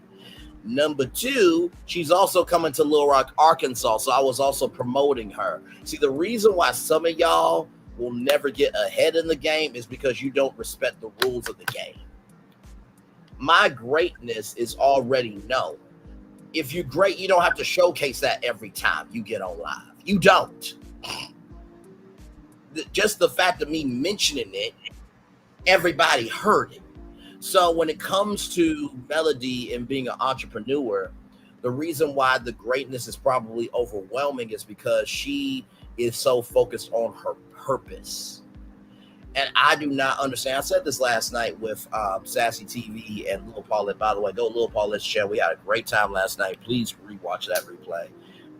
And also, too, Uppity Unicorn did a great interview about autism. Y'all shout out to Uppity Unicorn and that beautiful sister over there that did that great interview. Yeah, she's a beautiful sister, isn't she, Bray? Yes, she is. I would not mind. And you were saying her? No, I was just saying I wouldn't mind going high upon that rainbow on Uppity Unicorn. That's all. Please proceed, Governor.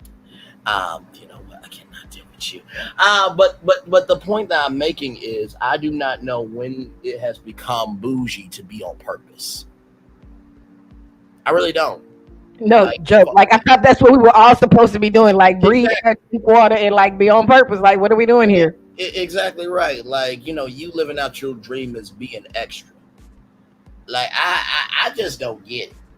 Because what if my dream comes true of finally having a TV show? What y'all gonna say? Oh, Braylon bougie? No. I've been on this mission for a long time. It's just bougie to y'all because I actually executed. I just, child, it's beyond comprehension. And also, let's tell them the truth, Bray. Go ahead on and drop your inside knowledge you and Gigi got going on. Part of the decision for production also has a lot to do with the showrunner. And so if your showrunner has some other things cooking that he is trying to promote, and his cash cow is now gone, and he think he has one somewhere else, he will leave the rest of those little calves in the field to starve. But that ain't got nothing to do with me either. No, you're absolutely right.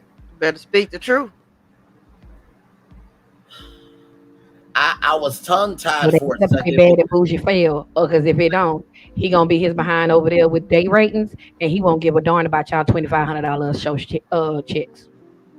No, that part right there. Listen, I was tongue-tied because I'm live. I know my mouth. Okay, I'm trying to be respectful. And I was being messy. And you were being messy, and I said why I said very respectfully. Very respectfully. I don't want uppity to hear me be disrespectful. And that's why I told you, please proceed, Governor. Hell, that don't mean I can't go there either. And we will not, because we are working on the vetting process, remember, sir. Because a unicorn has wings and likes to fly high, but that's neither here nor there. We can roll the hell on. Now, back on this live. Lord help me. Lord help me. We can take them nowhere, therefore take them everywhere. Can't take him nowhere, so we have to take him everywhere.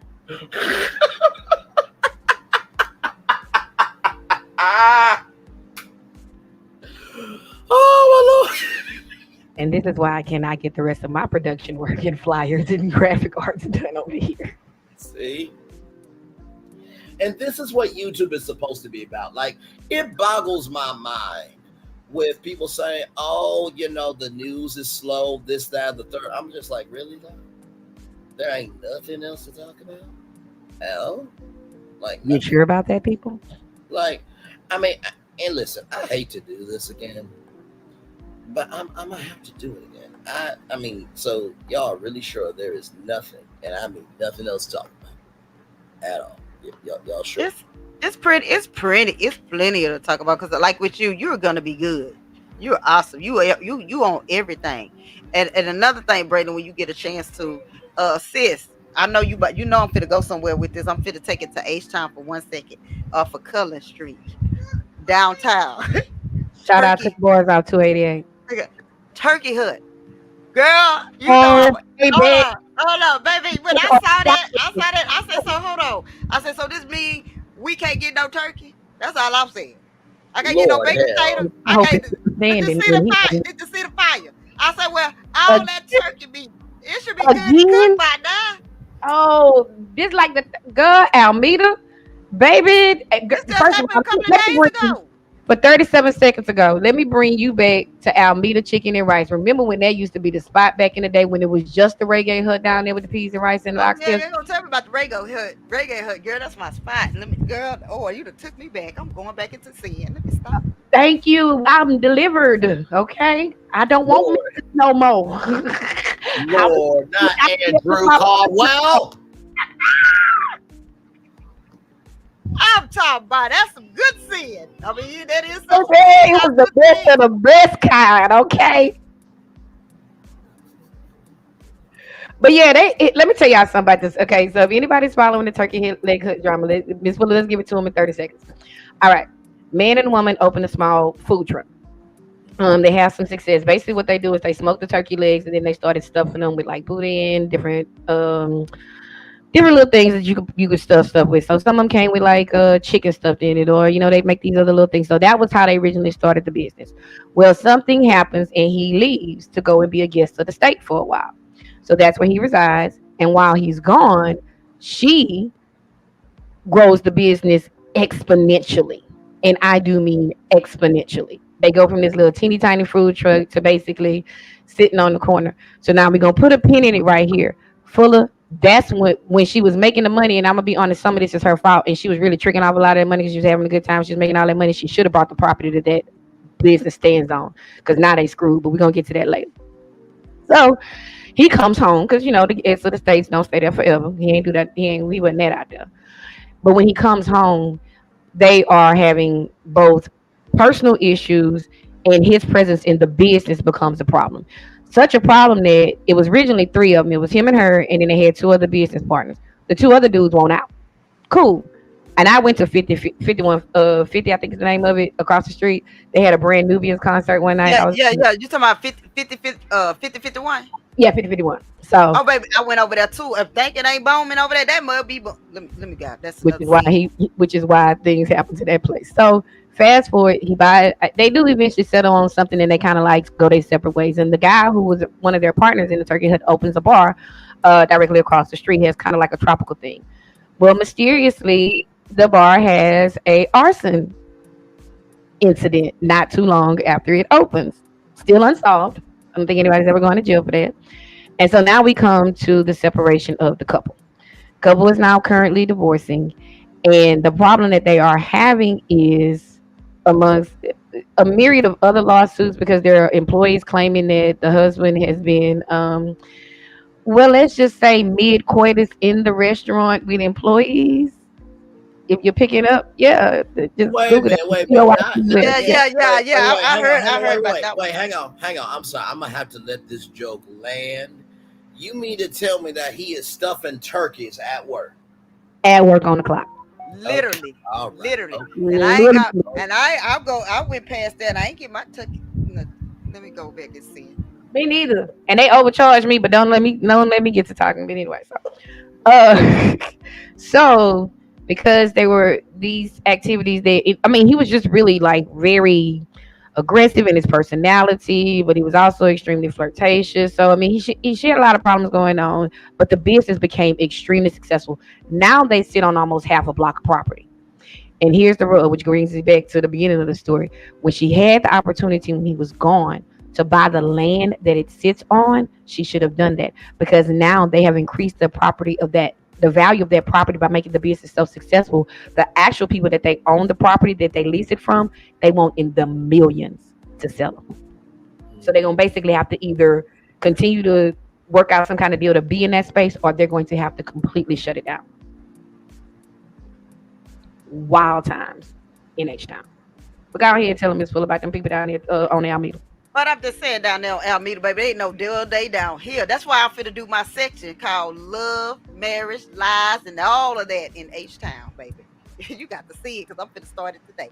But I just wanted to bring up the Turkey Hut situation, and that's another. And then I had a joke. I do like Brayden do. I throw my little jokes out there on the comments, and I told them, I say it's already cooking. We can't get no Turkey Hut, because it sounds like somebody from the looks of it. It sounds like if I can't be in there, ain't nobody fit be in there.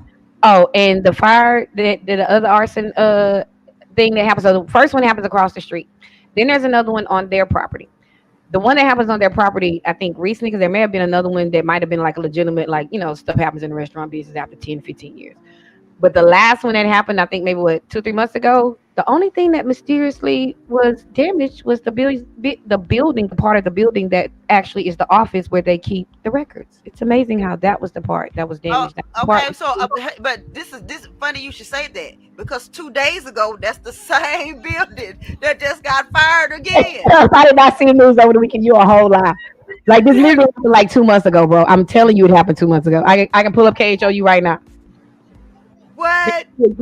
That boy is wild, y'all.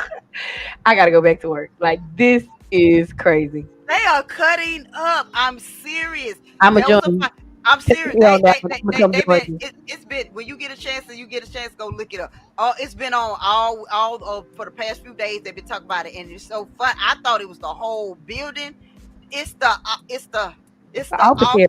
Right. I said, I want the paperwork that bad. Don't y'all know they got computers? Right. But I'm not gonna say nothing, because somebody blaming her and they blaming everybody. I'm blaming everybody, because all I want to know is, are we gonna be able to get some stuffed turkey? Because I need to be stuffed. I mean, you know what? This is a prime example of how there are consequences for knocking yourself off of your own square. Let that be a lesson to my your beloved Melody. See what I'm saying? Look how bad it went for that woman. Like she's now like she's hooked up in the arson, bro. Look at this. It's crazy. And that's why I'm saying it's just like all you had to do was cook good turkey legs, stuff them, and get paid. Not stuffing other people's turkey legs. Okay? I'm talking about they bought all these homes, all these cars, tricked off all this money. Like they were just so reckless, both of them. And then now he down there with the employees, and that was the problem. It wasn't just that you were, also possibly, liaisoning with customers. You were doing this on the clock in the business with your employees. Like I can't even number all the EEOC and NLRB claims that you're gonna be being like, dude, you are crazy. Here's my question. Here's my question right now, Braden. This is my question to you, Braden. I'm gonna ask you this about that. Now, overall, out of the couples that we just mentioned, overall, and I'm just talking about a relationship, anything in general, if you want to comment on it. What is the main lesson to this of it all? You get somebody, y'all make it successful, and then all of this happen. Who's really losing here? Who's really losing in this situation? The woman or the man? I'm just wondering. To me, I would have to say the man, because listen, the woman, if she did some things, sure, but you, sir, did this on the job, and like you said, community, all the violations and stuff. Like there are some places, I think most places, where you can get banned. Your license can get banned, not just for food, but for a business license. Period. The entire state, they can ban you. And more importantly, the one thing that TABC, which is Texas Alcohol and Beverage Commission, that makes sure you got your liquor license down there while y'all serving all them daiquiris. That can definitely go as well. Exactly. And that would destroy any business that is a cash-based business, and essentially that's what they are. Exactly. So to me, I think the man did much more than the woman.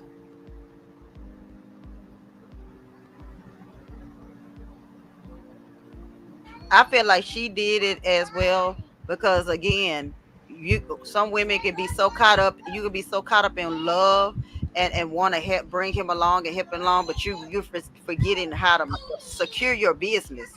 You know what I'm saying? And she didn't secure her business enough. Yeah. No, I mean, there's blame to go around on all sides for sure. It's just a sad state of affairs. Like I said, that you had a whole blessing, and all you had to do was just take care of it. Yeah, and the real thing with her is like all the stuff is in her name, which is why, things just keep mysteriously happening to the business office, but nothing keeps happening to the production space. Nothing keeps happening to the guest seating. That area seems, which if y'all got to go Google this on Google Maps and look at the street view. You can see it's mostly wood, y'all. Like there are these little bistro tables. There are these giant long wooden benches. The area that basically separates it, that partitions off the business from the sidewalk where you walk, is like a wooden partition with like, how is that not flammable? And yet the concrete structure that just so happens to keep the business records has a real problem with flammability, y'all. They like pajamas from the 50s. Yeah. Oh, Lord. Yeah, she's a real tale about how you really just didn't execute it. Because like all this stuff, like I said, is in her name. And so, of course, when you're trying to divide these assets, and she has the proof to show that like when he left to go be a guest of the state, this is what the valuation of the company was. Right. Then he comes home, he spends all his money. And so then the company actually starts losing like money. So then I think they probably have to go out and get some loan. Like it is just an absolute horror, American horror story of what happens. Like Fuller said, when you don't protect the bag, like she literally is sitting on $1 million business and probably is going to end up in probably 2 to 3 years back almost to square one, having to rebuild everything, probably gonna have to move locations and all that. And and the people that own that area, because now the area is so built up over the last 10 years, and literally to them, they can let them go and get somebody in there charge that other person whatever king's ransom they want to charge. All of your hard work, sister, that you just didn't protect. Like it's sad. But community, here's the thing.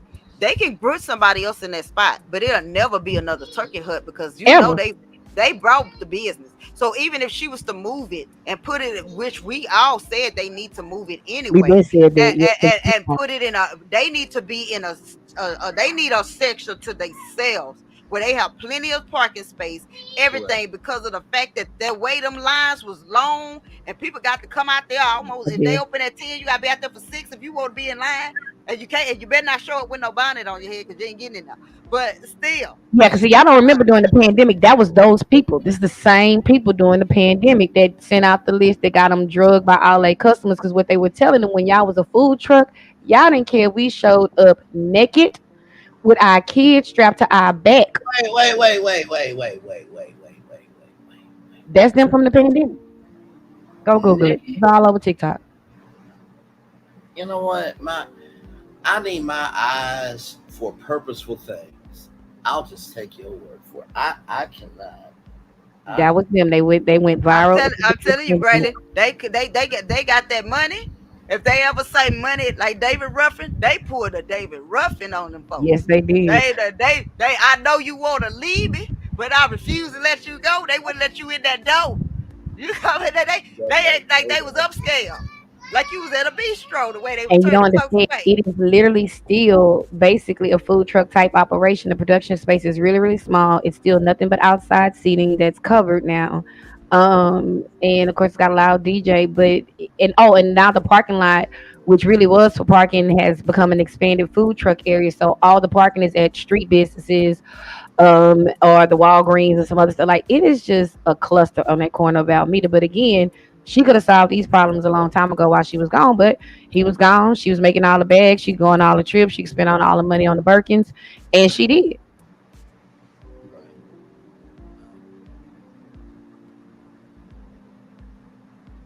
It's a damn shame.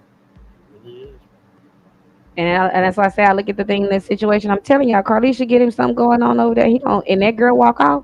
Those other cast members are in trouble. He does not care about these people. Production in these situations are literally there for rating and ad rates. And tell them about the ad rates, Bray, and how that will either save or sink your show. Oh, absolutely. No doubt about it, because the highest demographic is 25 to 54. That is the demographic, because there's hair products, there is wine. There's so many different brands. Cars, houses, like the number of products that you can market to that demographic is first and then second to only old people. That's it. That's absolutely it. So if there's not a relatable show for advertisers to connect to, then that's the lifeline of the network, really. Truly. And so, like I said, I think reality is going to have to hit them in order for them to understand the reality. Real talk. But you know what, though? I think OWN, like I said, with the Never Ever Mets, I think OWN is coming into their own identity. I keep saying this because y'all, the Never Ever Mets got some heat to it. And I think this is going to be a franchise. I really do. I am not joking with y'all. This show has had the most heat since any show I've seen on. Real talk. Yeah, I'm actually keyed in on them because they did. Look, what I said in my review was, I think some of the people they put on the show, because they just didn't want to pay for that many weddings. There was no way on earth they interviewed those people in pre-production and thought that there was any way they was going to ever have to pay for a ring for them. Like, nah, we gonna just put them on there. They gonna blame out. Like the situation with Alexis and Dom. I guess we can go ahead on and talk about it right quick because they've already aired episode 2. Right. These people never should have been on the show in the first place. Period. End of story. They are not a couple. They were never a couple. These were two Ray J's. I can't call it a Ray J and a Princess. These were two Ray J's, two attention-seeking, unstable, reality consistent junkies. That's what they want. And even when you see the original trailer, that's what I went through. When you see them Skyping, the other couples look like how a regular couple would look at home. I'm hanging out in my jeans and my t-shirts and, my high school, college T-shirt that I got. You know what I'm saying? I'm a sorority shirt or whatever. They look like normal people. Them two geniuses. When you see the beginning of the trailer, the Skypes, they look like it's performative art, which is what it was. And so for them to drag DV into their plot line, you did all this for a storyline. You are that, like, man. Because what happens is after the episodes air, and I have real questions about them being able to talk so freely while the episodes are still airing. I have real questions about that. I want somebody to answer that for me. Because that usually is one of the rules. That's almost like a reality show. No, you don't talk until the finale airs. Or if you do and you're doing media and press, it's only to just send them to the next episode. These clowns are everywhere. Yeah.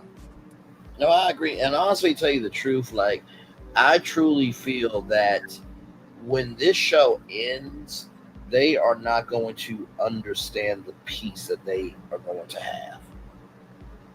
They really won't. I agree with that. And so there are some couples on there like Diamond and was it Aaron H? I think that's Aaron H. The country girl that's on there. She said, "Girl, why you didn't come get me?" I said, "There go my queen. There go my sister." She said, "He was cut up like that, girl. You should have came and got me." And you know, you got Greg and Millie, who I'm hoping that they can work through. Chris and Cynthia. First of all, for Sienna to be so disrespectful to Brandon with the camera on, the exact same thing you said about Alexis and Dom. If you're going to be that disrespectful for a storyline for clout, to be able to grow your Instagram followers so you can sell some waist trainers and so this goofy can sell some protein powders. That's what he looked like. And for these other two clowns, Brandon and Sienna, to literally do that in front of cameras with cameras where you know your family gonna see this, all this stuff, like, are you serious? No, I'm with you. It is quite a sad state of affairs, because when that happened, I'm just like, oh no. And then on top of all that,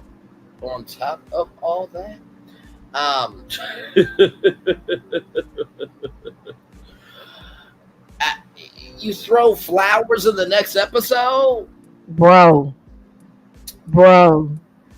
Me and Gigi said, listen, Sienna can go, but Brandon can stay in the guest house because he should not be punished for her behavior.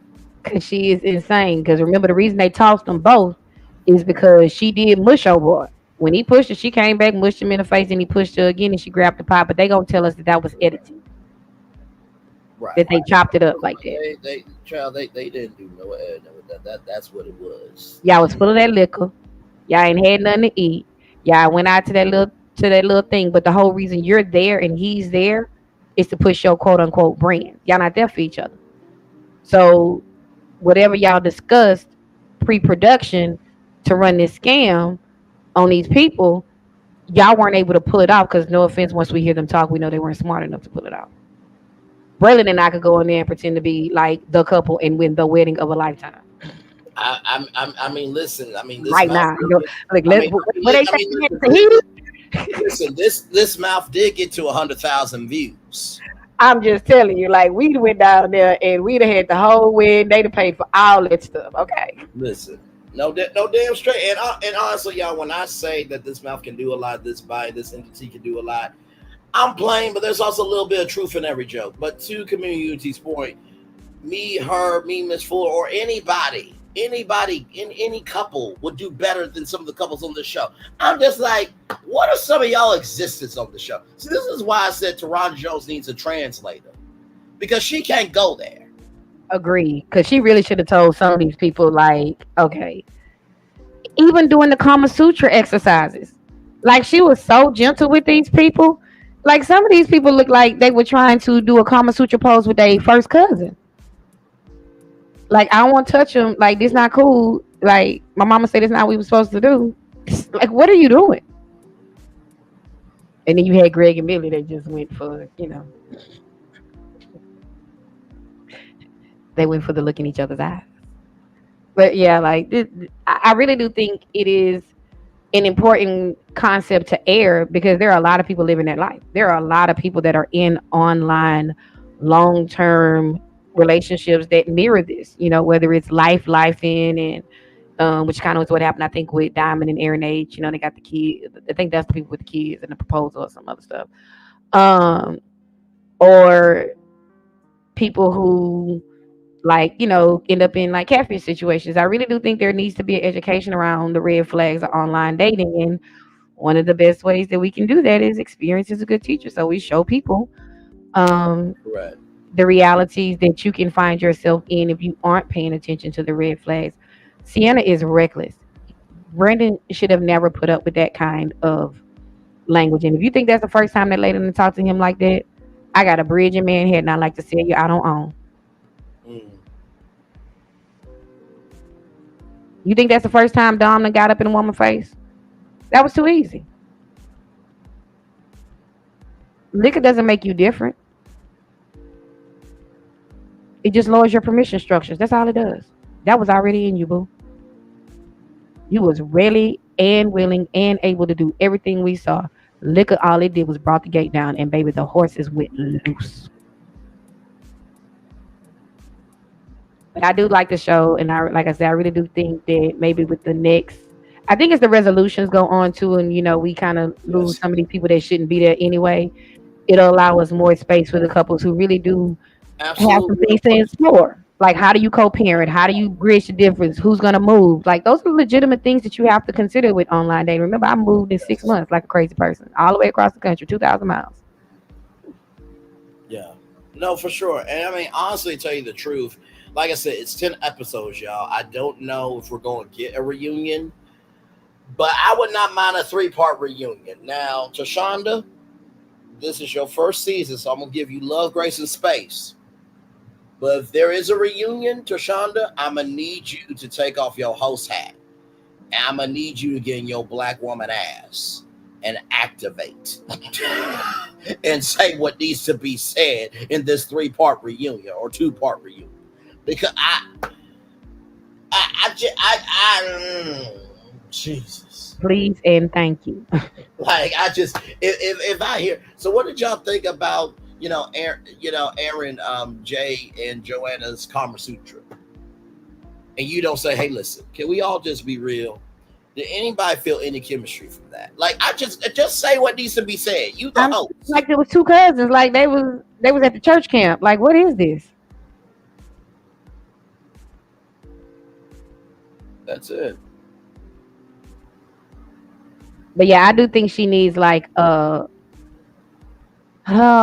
wouldn't say a Don Lemon, but maybe more like a Niecy Nash type character who's a little bit more forward in her speech. Let's just put it like that. She needs somebody that's more forward. And I'm gonna be honest, maybe a less gentle. Like some of these people have been like 5 years, 3 years, 12 years. Are you serious?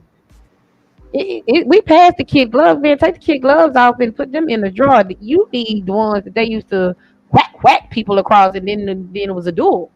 You need the dueling gloves. Yeah.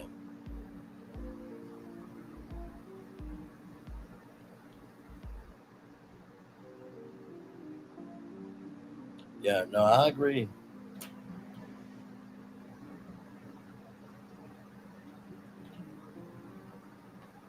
I agree. Miss Well, Fuller, I have look. Let me go finish this little work for me. In the end of my day, always involves running around picking up little children and sitting in car ride line, trying not to lose my freedom with people that can't drive. No, absolutely. Love you, community, as always, Queens. And remember, keep collecting those names for the bidding process. Me and Glam Rock's on it. Lord help me. Understood. Miss Fuller, you still there? Yes, I'm here. I'm listening. I'm on mute. Oh no, you're fine, beautiful. You are fine. I wanted to bring up this positive news story here. Not that we're ending the show, but I wanted to bring up this because I saw this on blacknews.com as we were doing what we were doing. And I think, like I said, we need to be able to showcase the goodness of the community that we live in here. Let's see.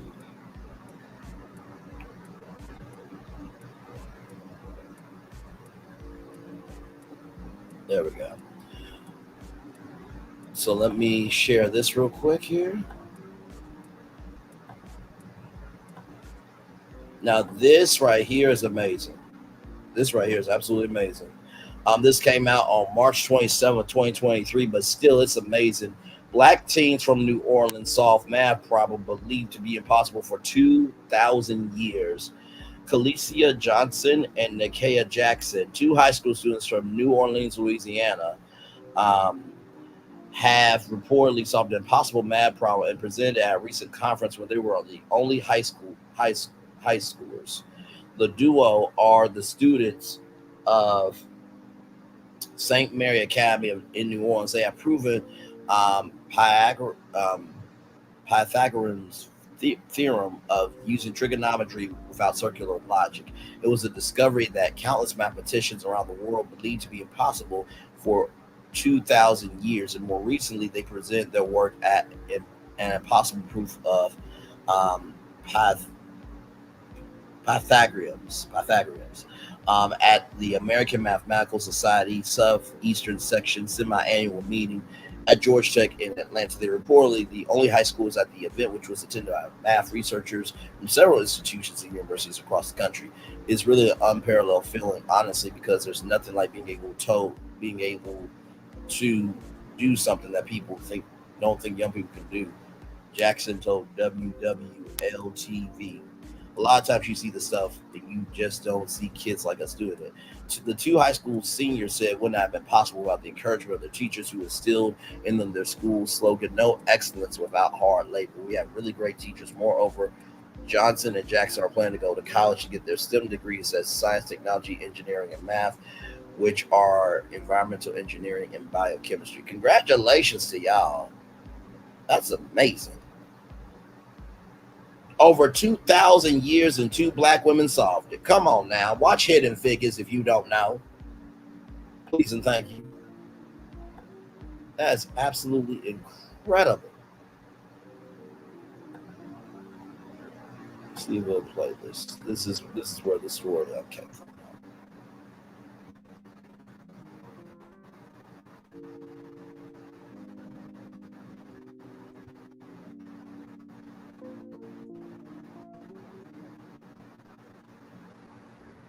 All right, so we're going to start this next story a little bit differently.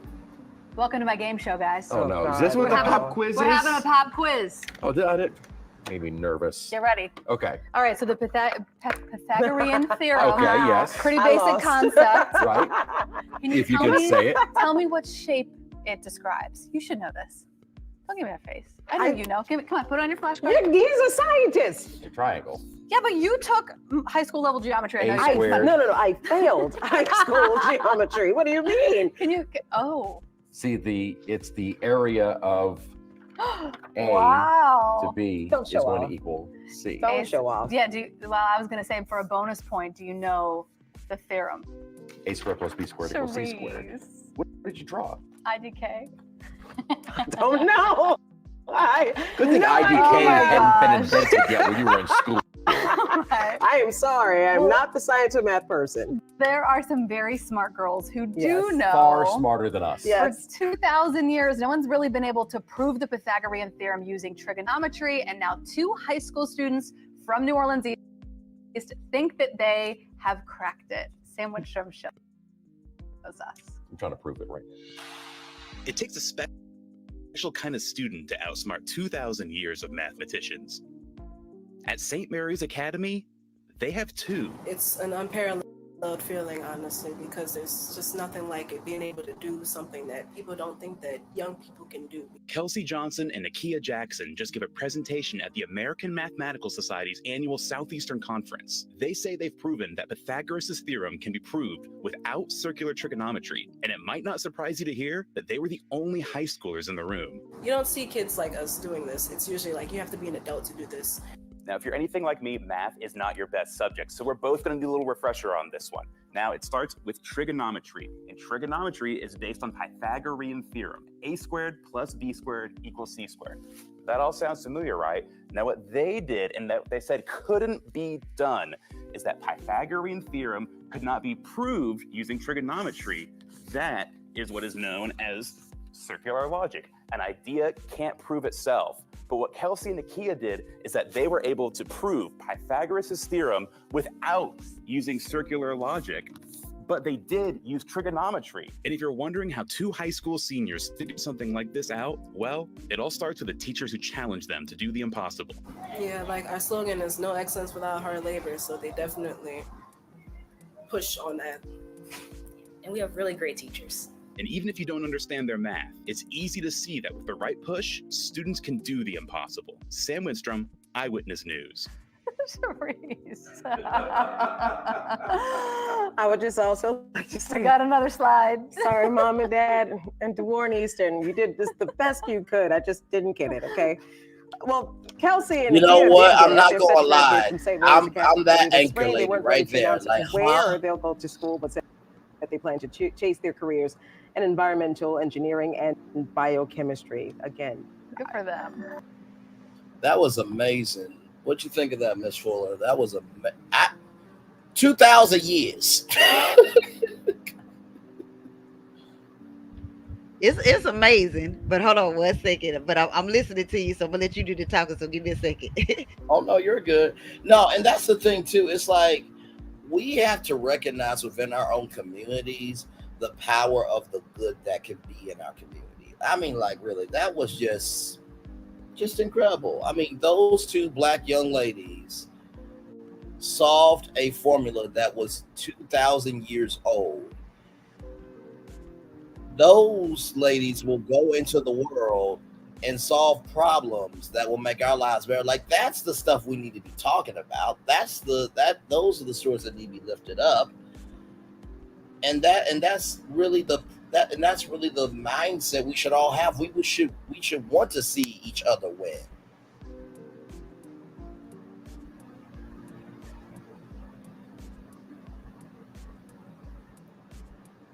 Man.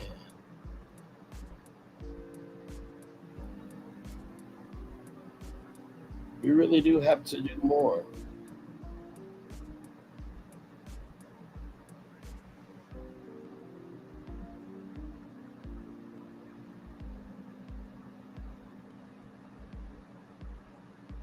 But yes, indeed. We're still up here chilling out. By the way, the Mufasa Lion King prequel trailer came out today as well. Let me see.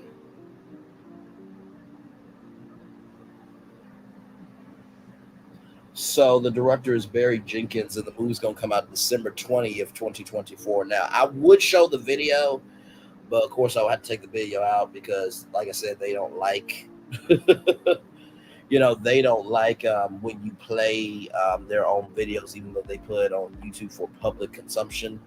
But yeah.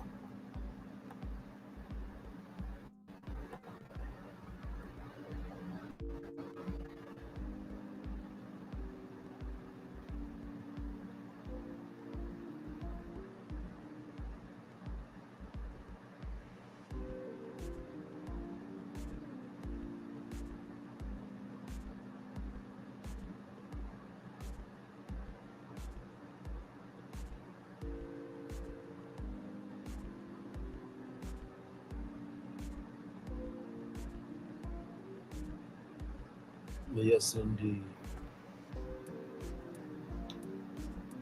We're going to take a little commercial break. We'll be back with more Virtual Tour Live right after this. By the way, this show's coming back this summer. Roll it.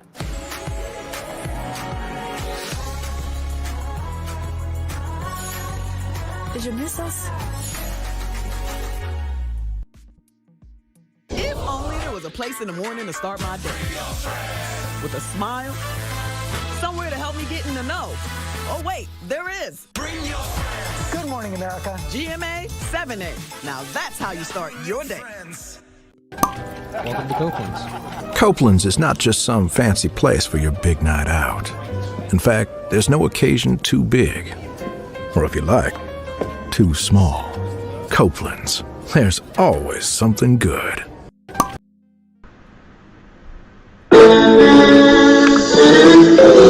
Sweet boy and blue, one look at you, and it was playing the shame. You were my destiny. God, you are found. I come from Memphis. Our son is your son. Welcome to the celebration.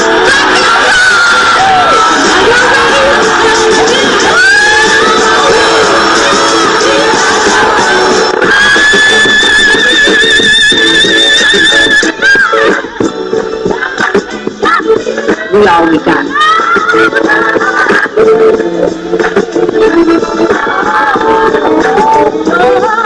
I'm too bad.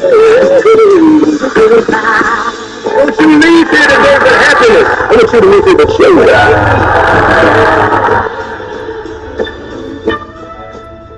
Hey, grab me one too.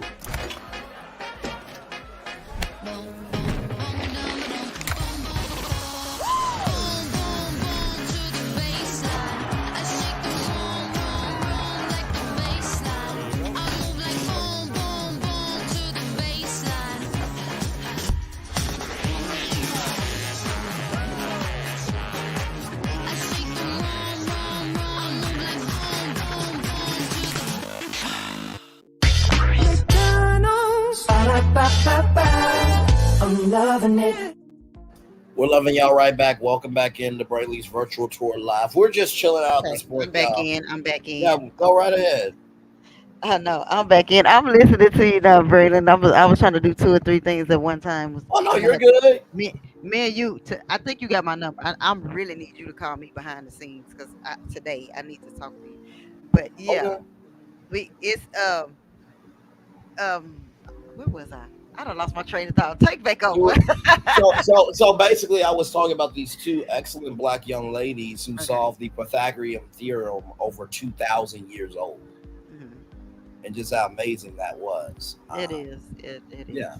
We don't get enough, and they don't get the. That's amazing because they're not even doing that right now. That's amazing. Yeah. You're amazing.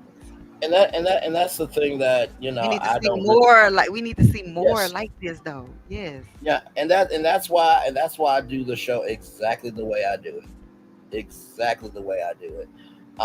Because at the beginning, middle, end of the day, the more goodness we see in the world, the better of us will be in the world. Real talk.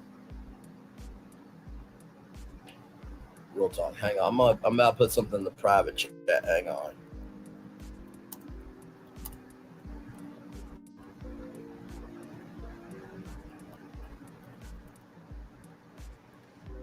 Go ahead and text me now so I have your number. I can call you after this live is over. Okay. I'm getting on my phone now. Look, it's the same. As much as I used to do all this technology, it's acting like it's foreign to me today.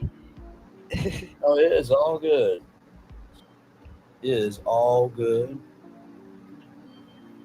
And by the way, y'all, listen, we got a jam-packed show for y'all tonight as well. Trust me, you are not going to want to miss that at all. Let me get that show up for you guys. Hang on.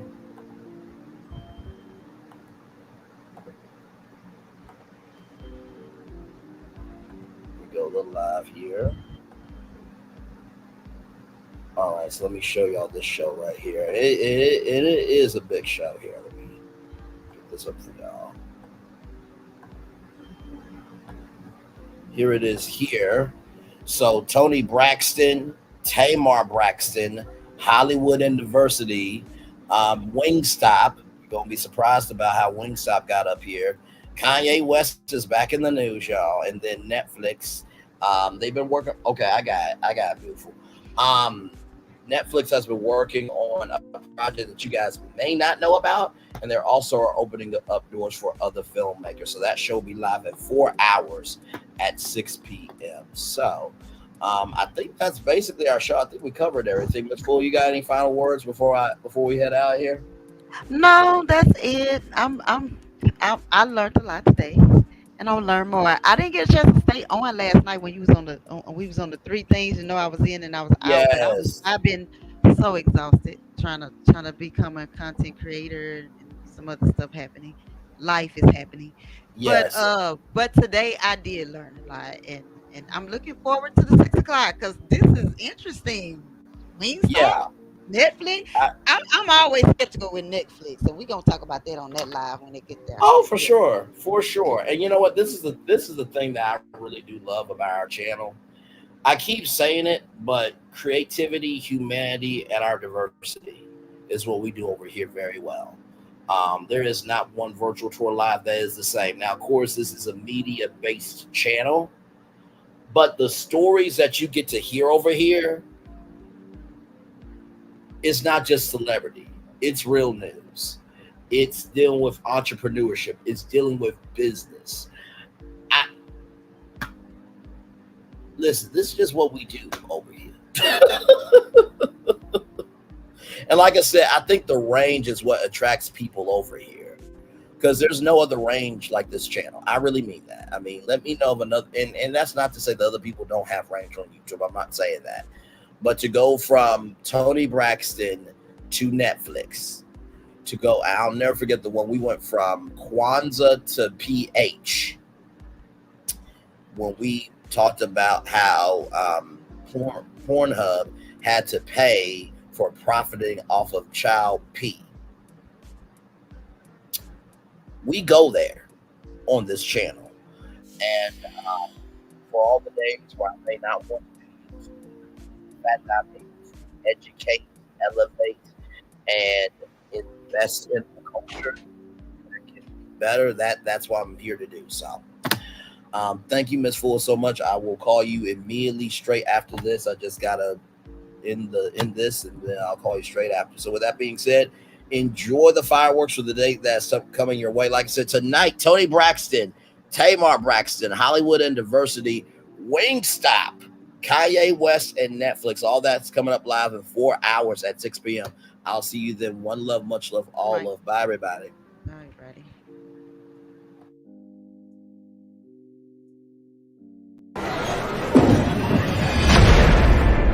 What is this feeling that everyone's feeling? Ding, ding, ding. With such feeling. Ding, ding, ding. This winning feeling. Ding, ding, ding. This tingle of success. This sensation of triumph. Ding, ding, ding. This Oh, I can feel it! This season, everyone gets the winning feeling. Win guaranteed prizes like $250 grand and more. Only at Dave & Buster's. Have you tried the Popeyes chicken sandwich made with our buttermilk crispy chicken and our delicious toasted brioche buns with spicy or classic mayo? If you haven't, try it today for just $3.99. Love that chicken from Popeye.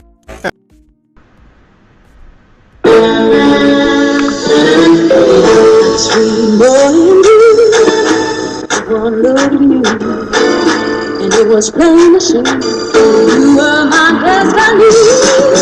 God, you are found. I come from nothing.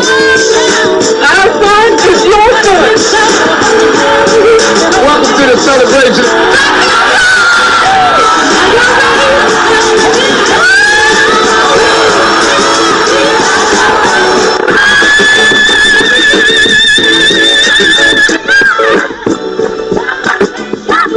We all we got.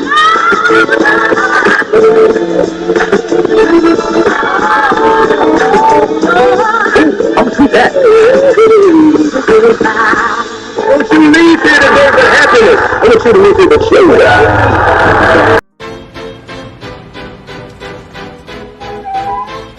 This is for all you multi-talented, multitasking, multi-everything people out there. Take it away. Find your glory, write your story, fearless feet will carry you. Time you own it, take your moment, be a fire burning through. Hustling from night until morning, grinding it out, it won't be long. Feel your power, it's your hour, you inspire, you are strong. Enjoy your Zoa. No applause?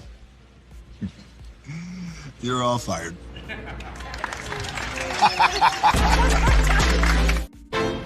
Now that you've reached the stage in your life where quality television is important, Nubian TV is a black network that speaks to your lifestyle. Nubian TV is the world's first digital network devoted to the upscale and political lifestyles of Black people. Nubian TV's programming includes politics, travel, fashion, food, automotive, arts and culture, civil rights, music, and more. Watch now on Amazon Fire TV, Roku, or watch globally at nubiantv.net.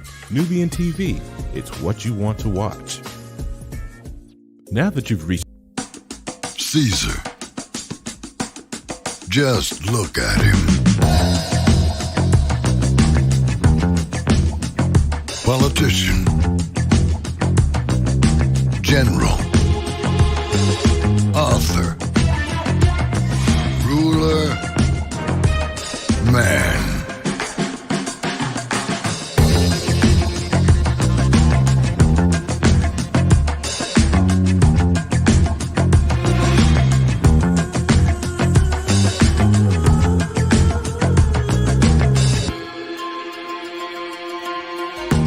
Legend has it, he's not only stared into the belly of the beast, he's had it for dinner. Here he's free to relax, or party, or relax, or party, or relax, and party. His is a world of opulence, excess, and the occasional impulse buy. Not one to rest on his laurels, he's famous for ushering in a new age of entertainment.